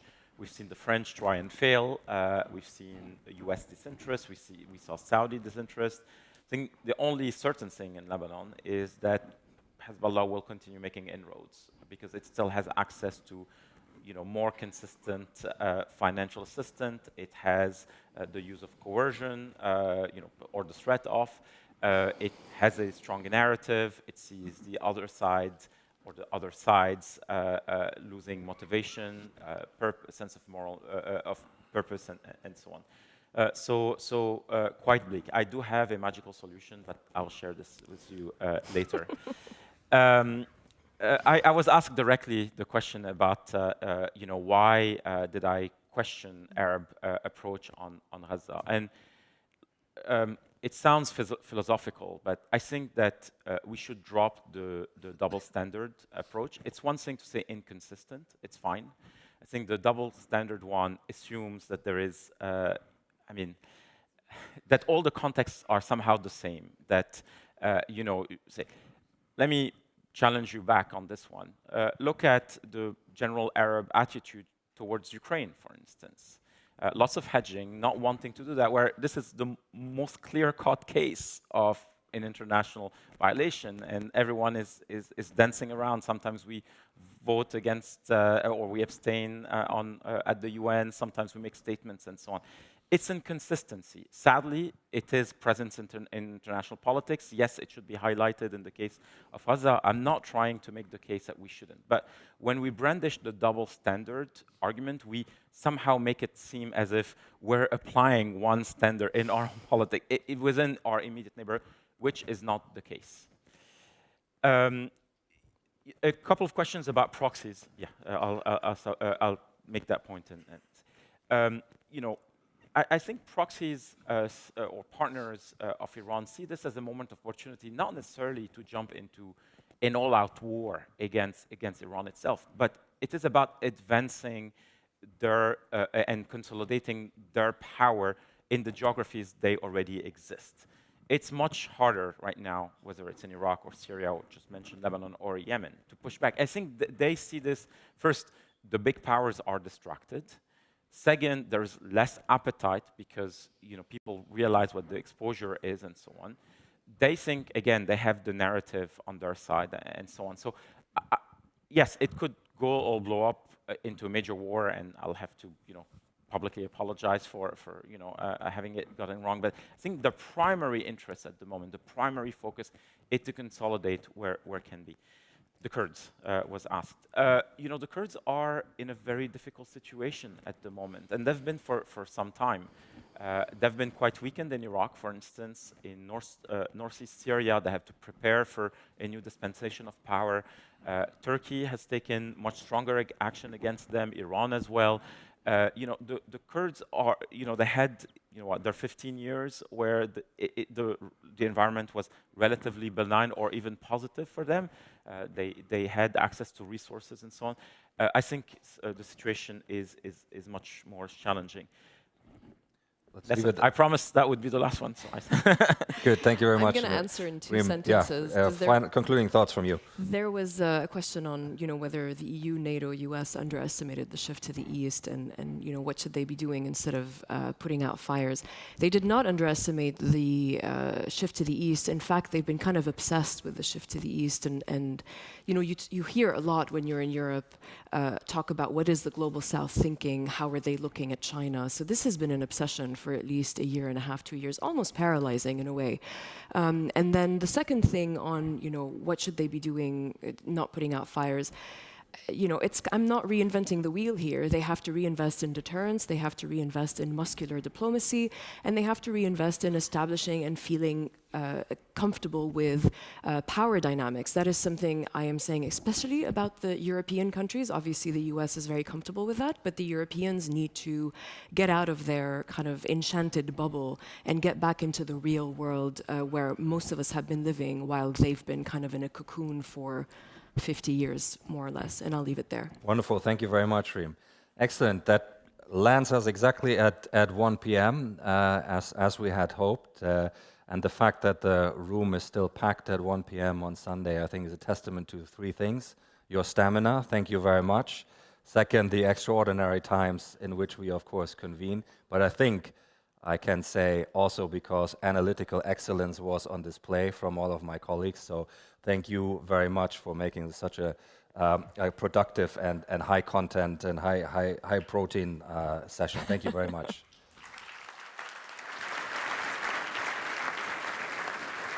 I just want to conclude briefly before everybody goes to their lunch and on their way. With three things. The first one is a round of thanks to the excellent and extraordinary efforts of the IISS team in pulling together this 19th IISS Manama Dialogue. Also all the hotel staff that have supported us and looked after us over the course of this weekend, and of course the many officials from the kingdom, from the government of the Kingdom of Bahrain for making sure that we're all safe and sound and again looked after, and of course His Royal Highness the Crown Prince for his remarkable speech on Friday evening. I want to offer a few statistics. We had 568 full delegates here at the Manama Dialogue. A total of 3,265 badges were printed to support and run this dialogue. We had 56 nationalities participating, 51 government delegations and 18 full ministers participating in this dialogue. Over 100 members of the media and press covered this event. 8 broadcast networks attended, providing coverage. And on social media, IISS Manama Dialogue content has appeared on over 272 million times in various news feeds. We've reached a unique audience of over 75 million people. It's important, 60 million of which are in this region and 15 million worldwide. Final thing I want to say is a look ahead. The IISS never rests, so we will convene the Shangri-La Dialogue in Singapore at the end of May, early June, 31st of May to the 2nd of June, and we will see some of you there. We, as you know, we take care that there is a Gulf representation at the Shangri-La Dialogue and also an Asian representation, Indo-Pacific representation here at the Manama Dialogue, and we will continue to do that. Now, we conclude our 19th Manama Dialogue now. I think obviously the circumstances were extraordinary in which we convened. I think we had a very useful conversation about processes, about goals that need to be pursued.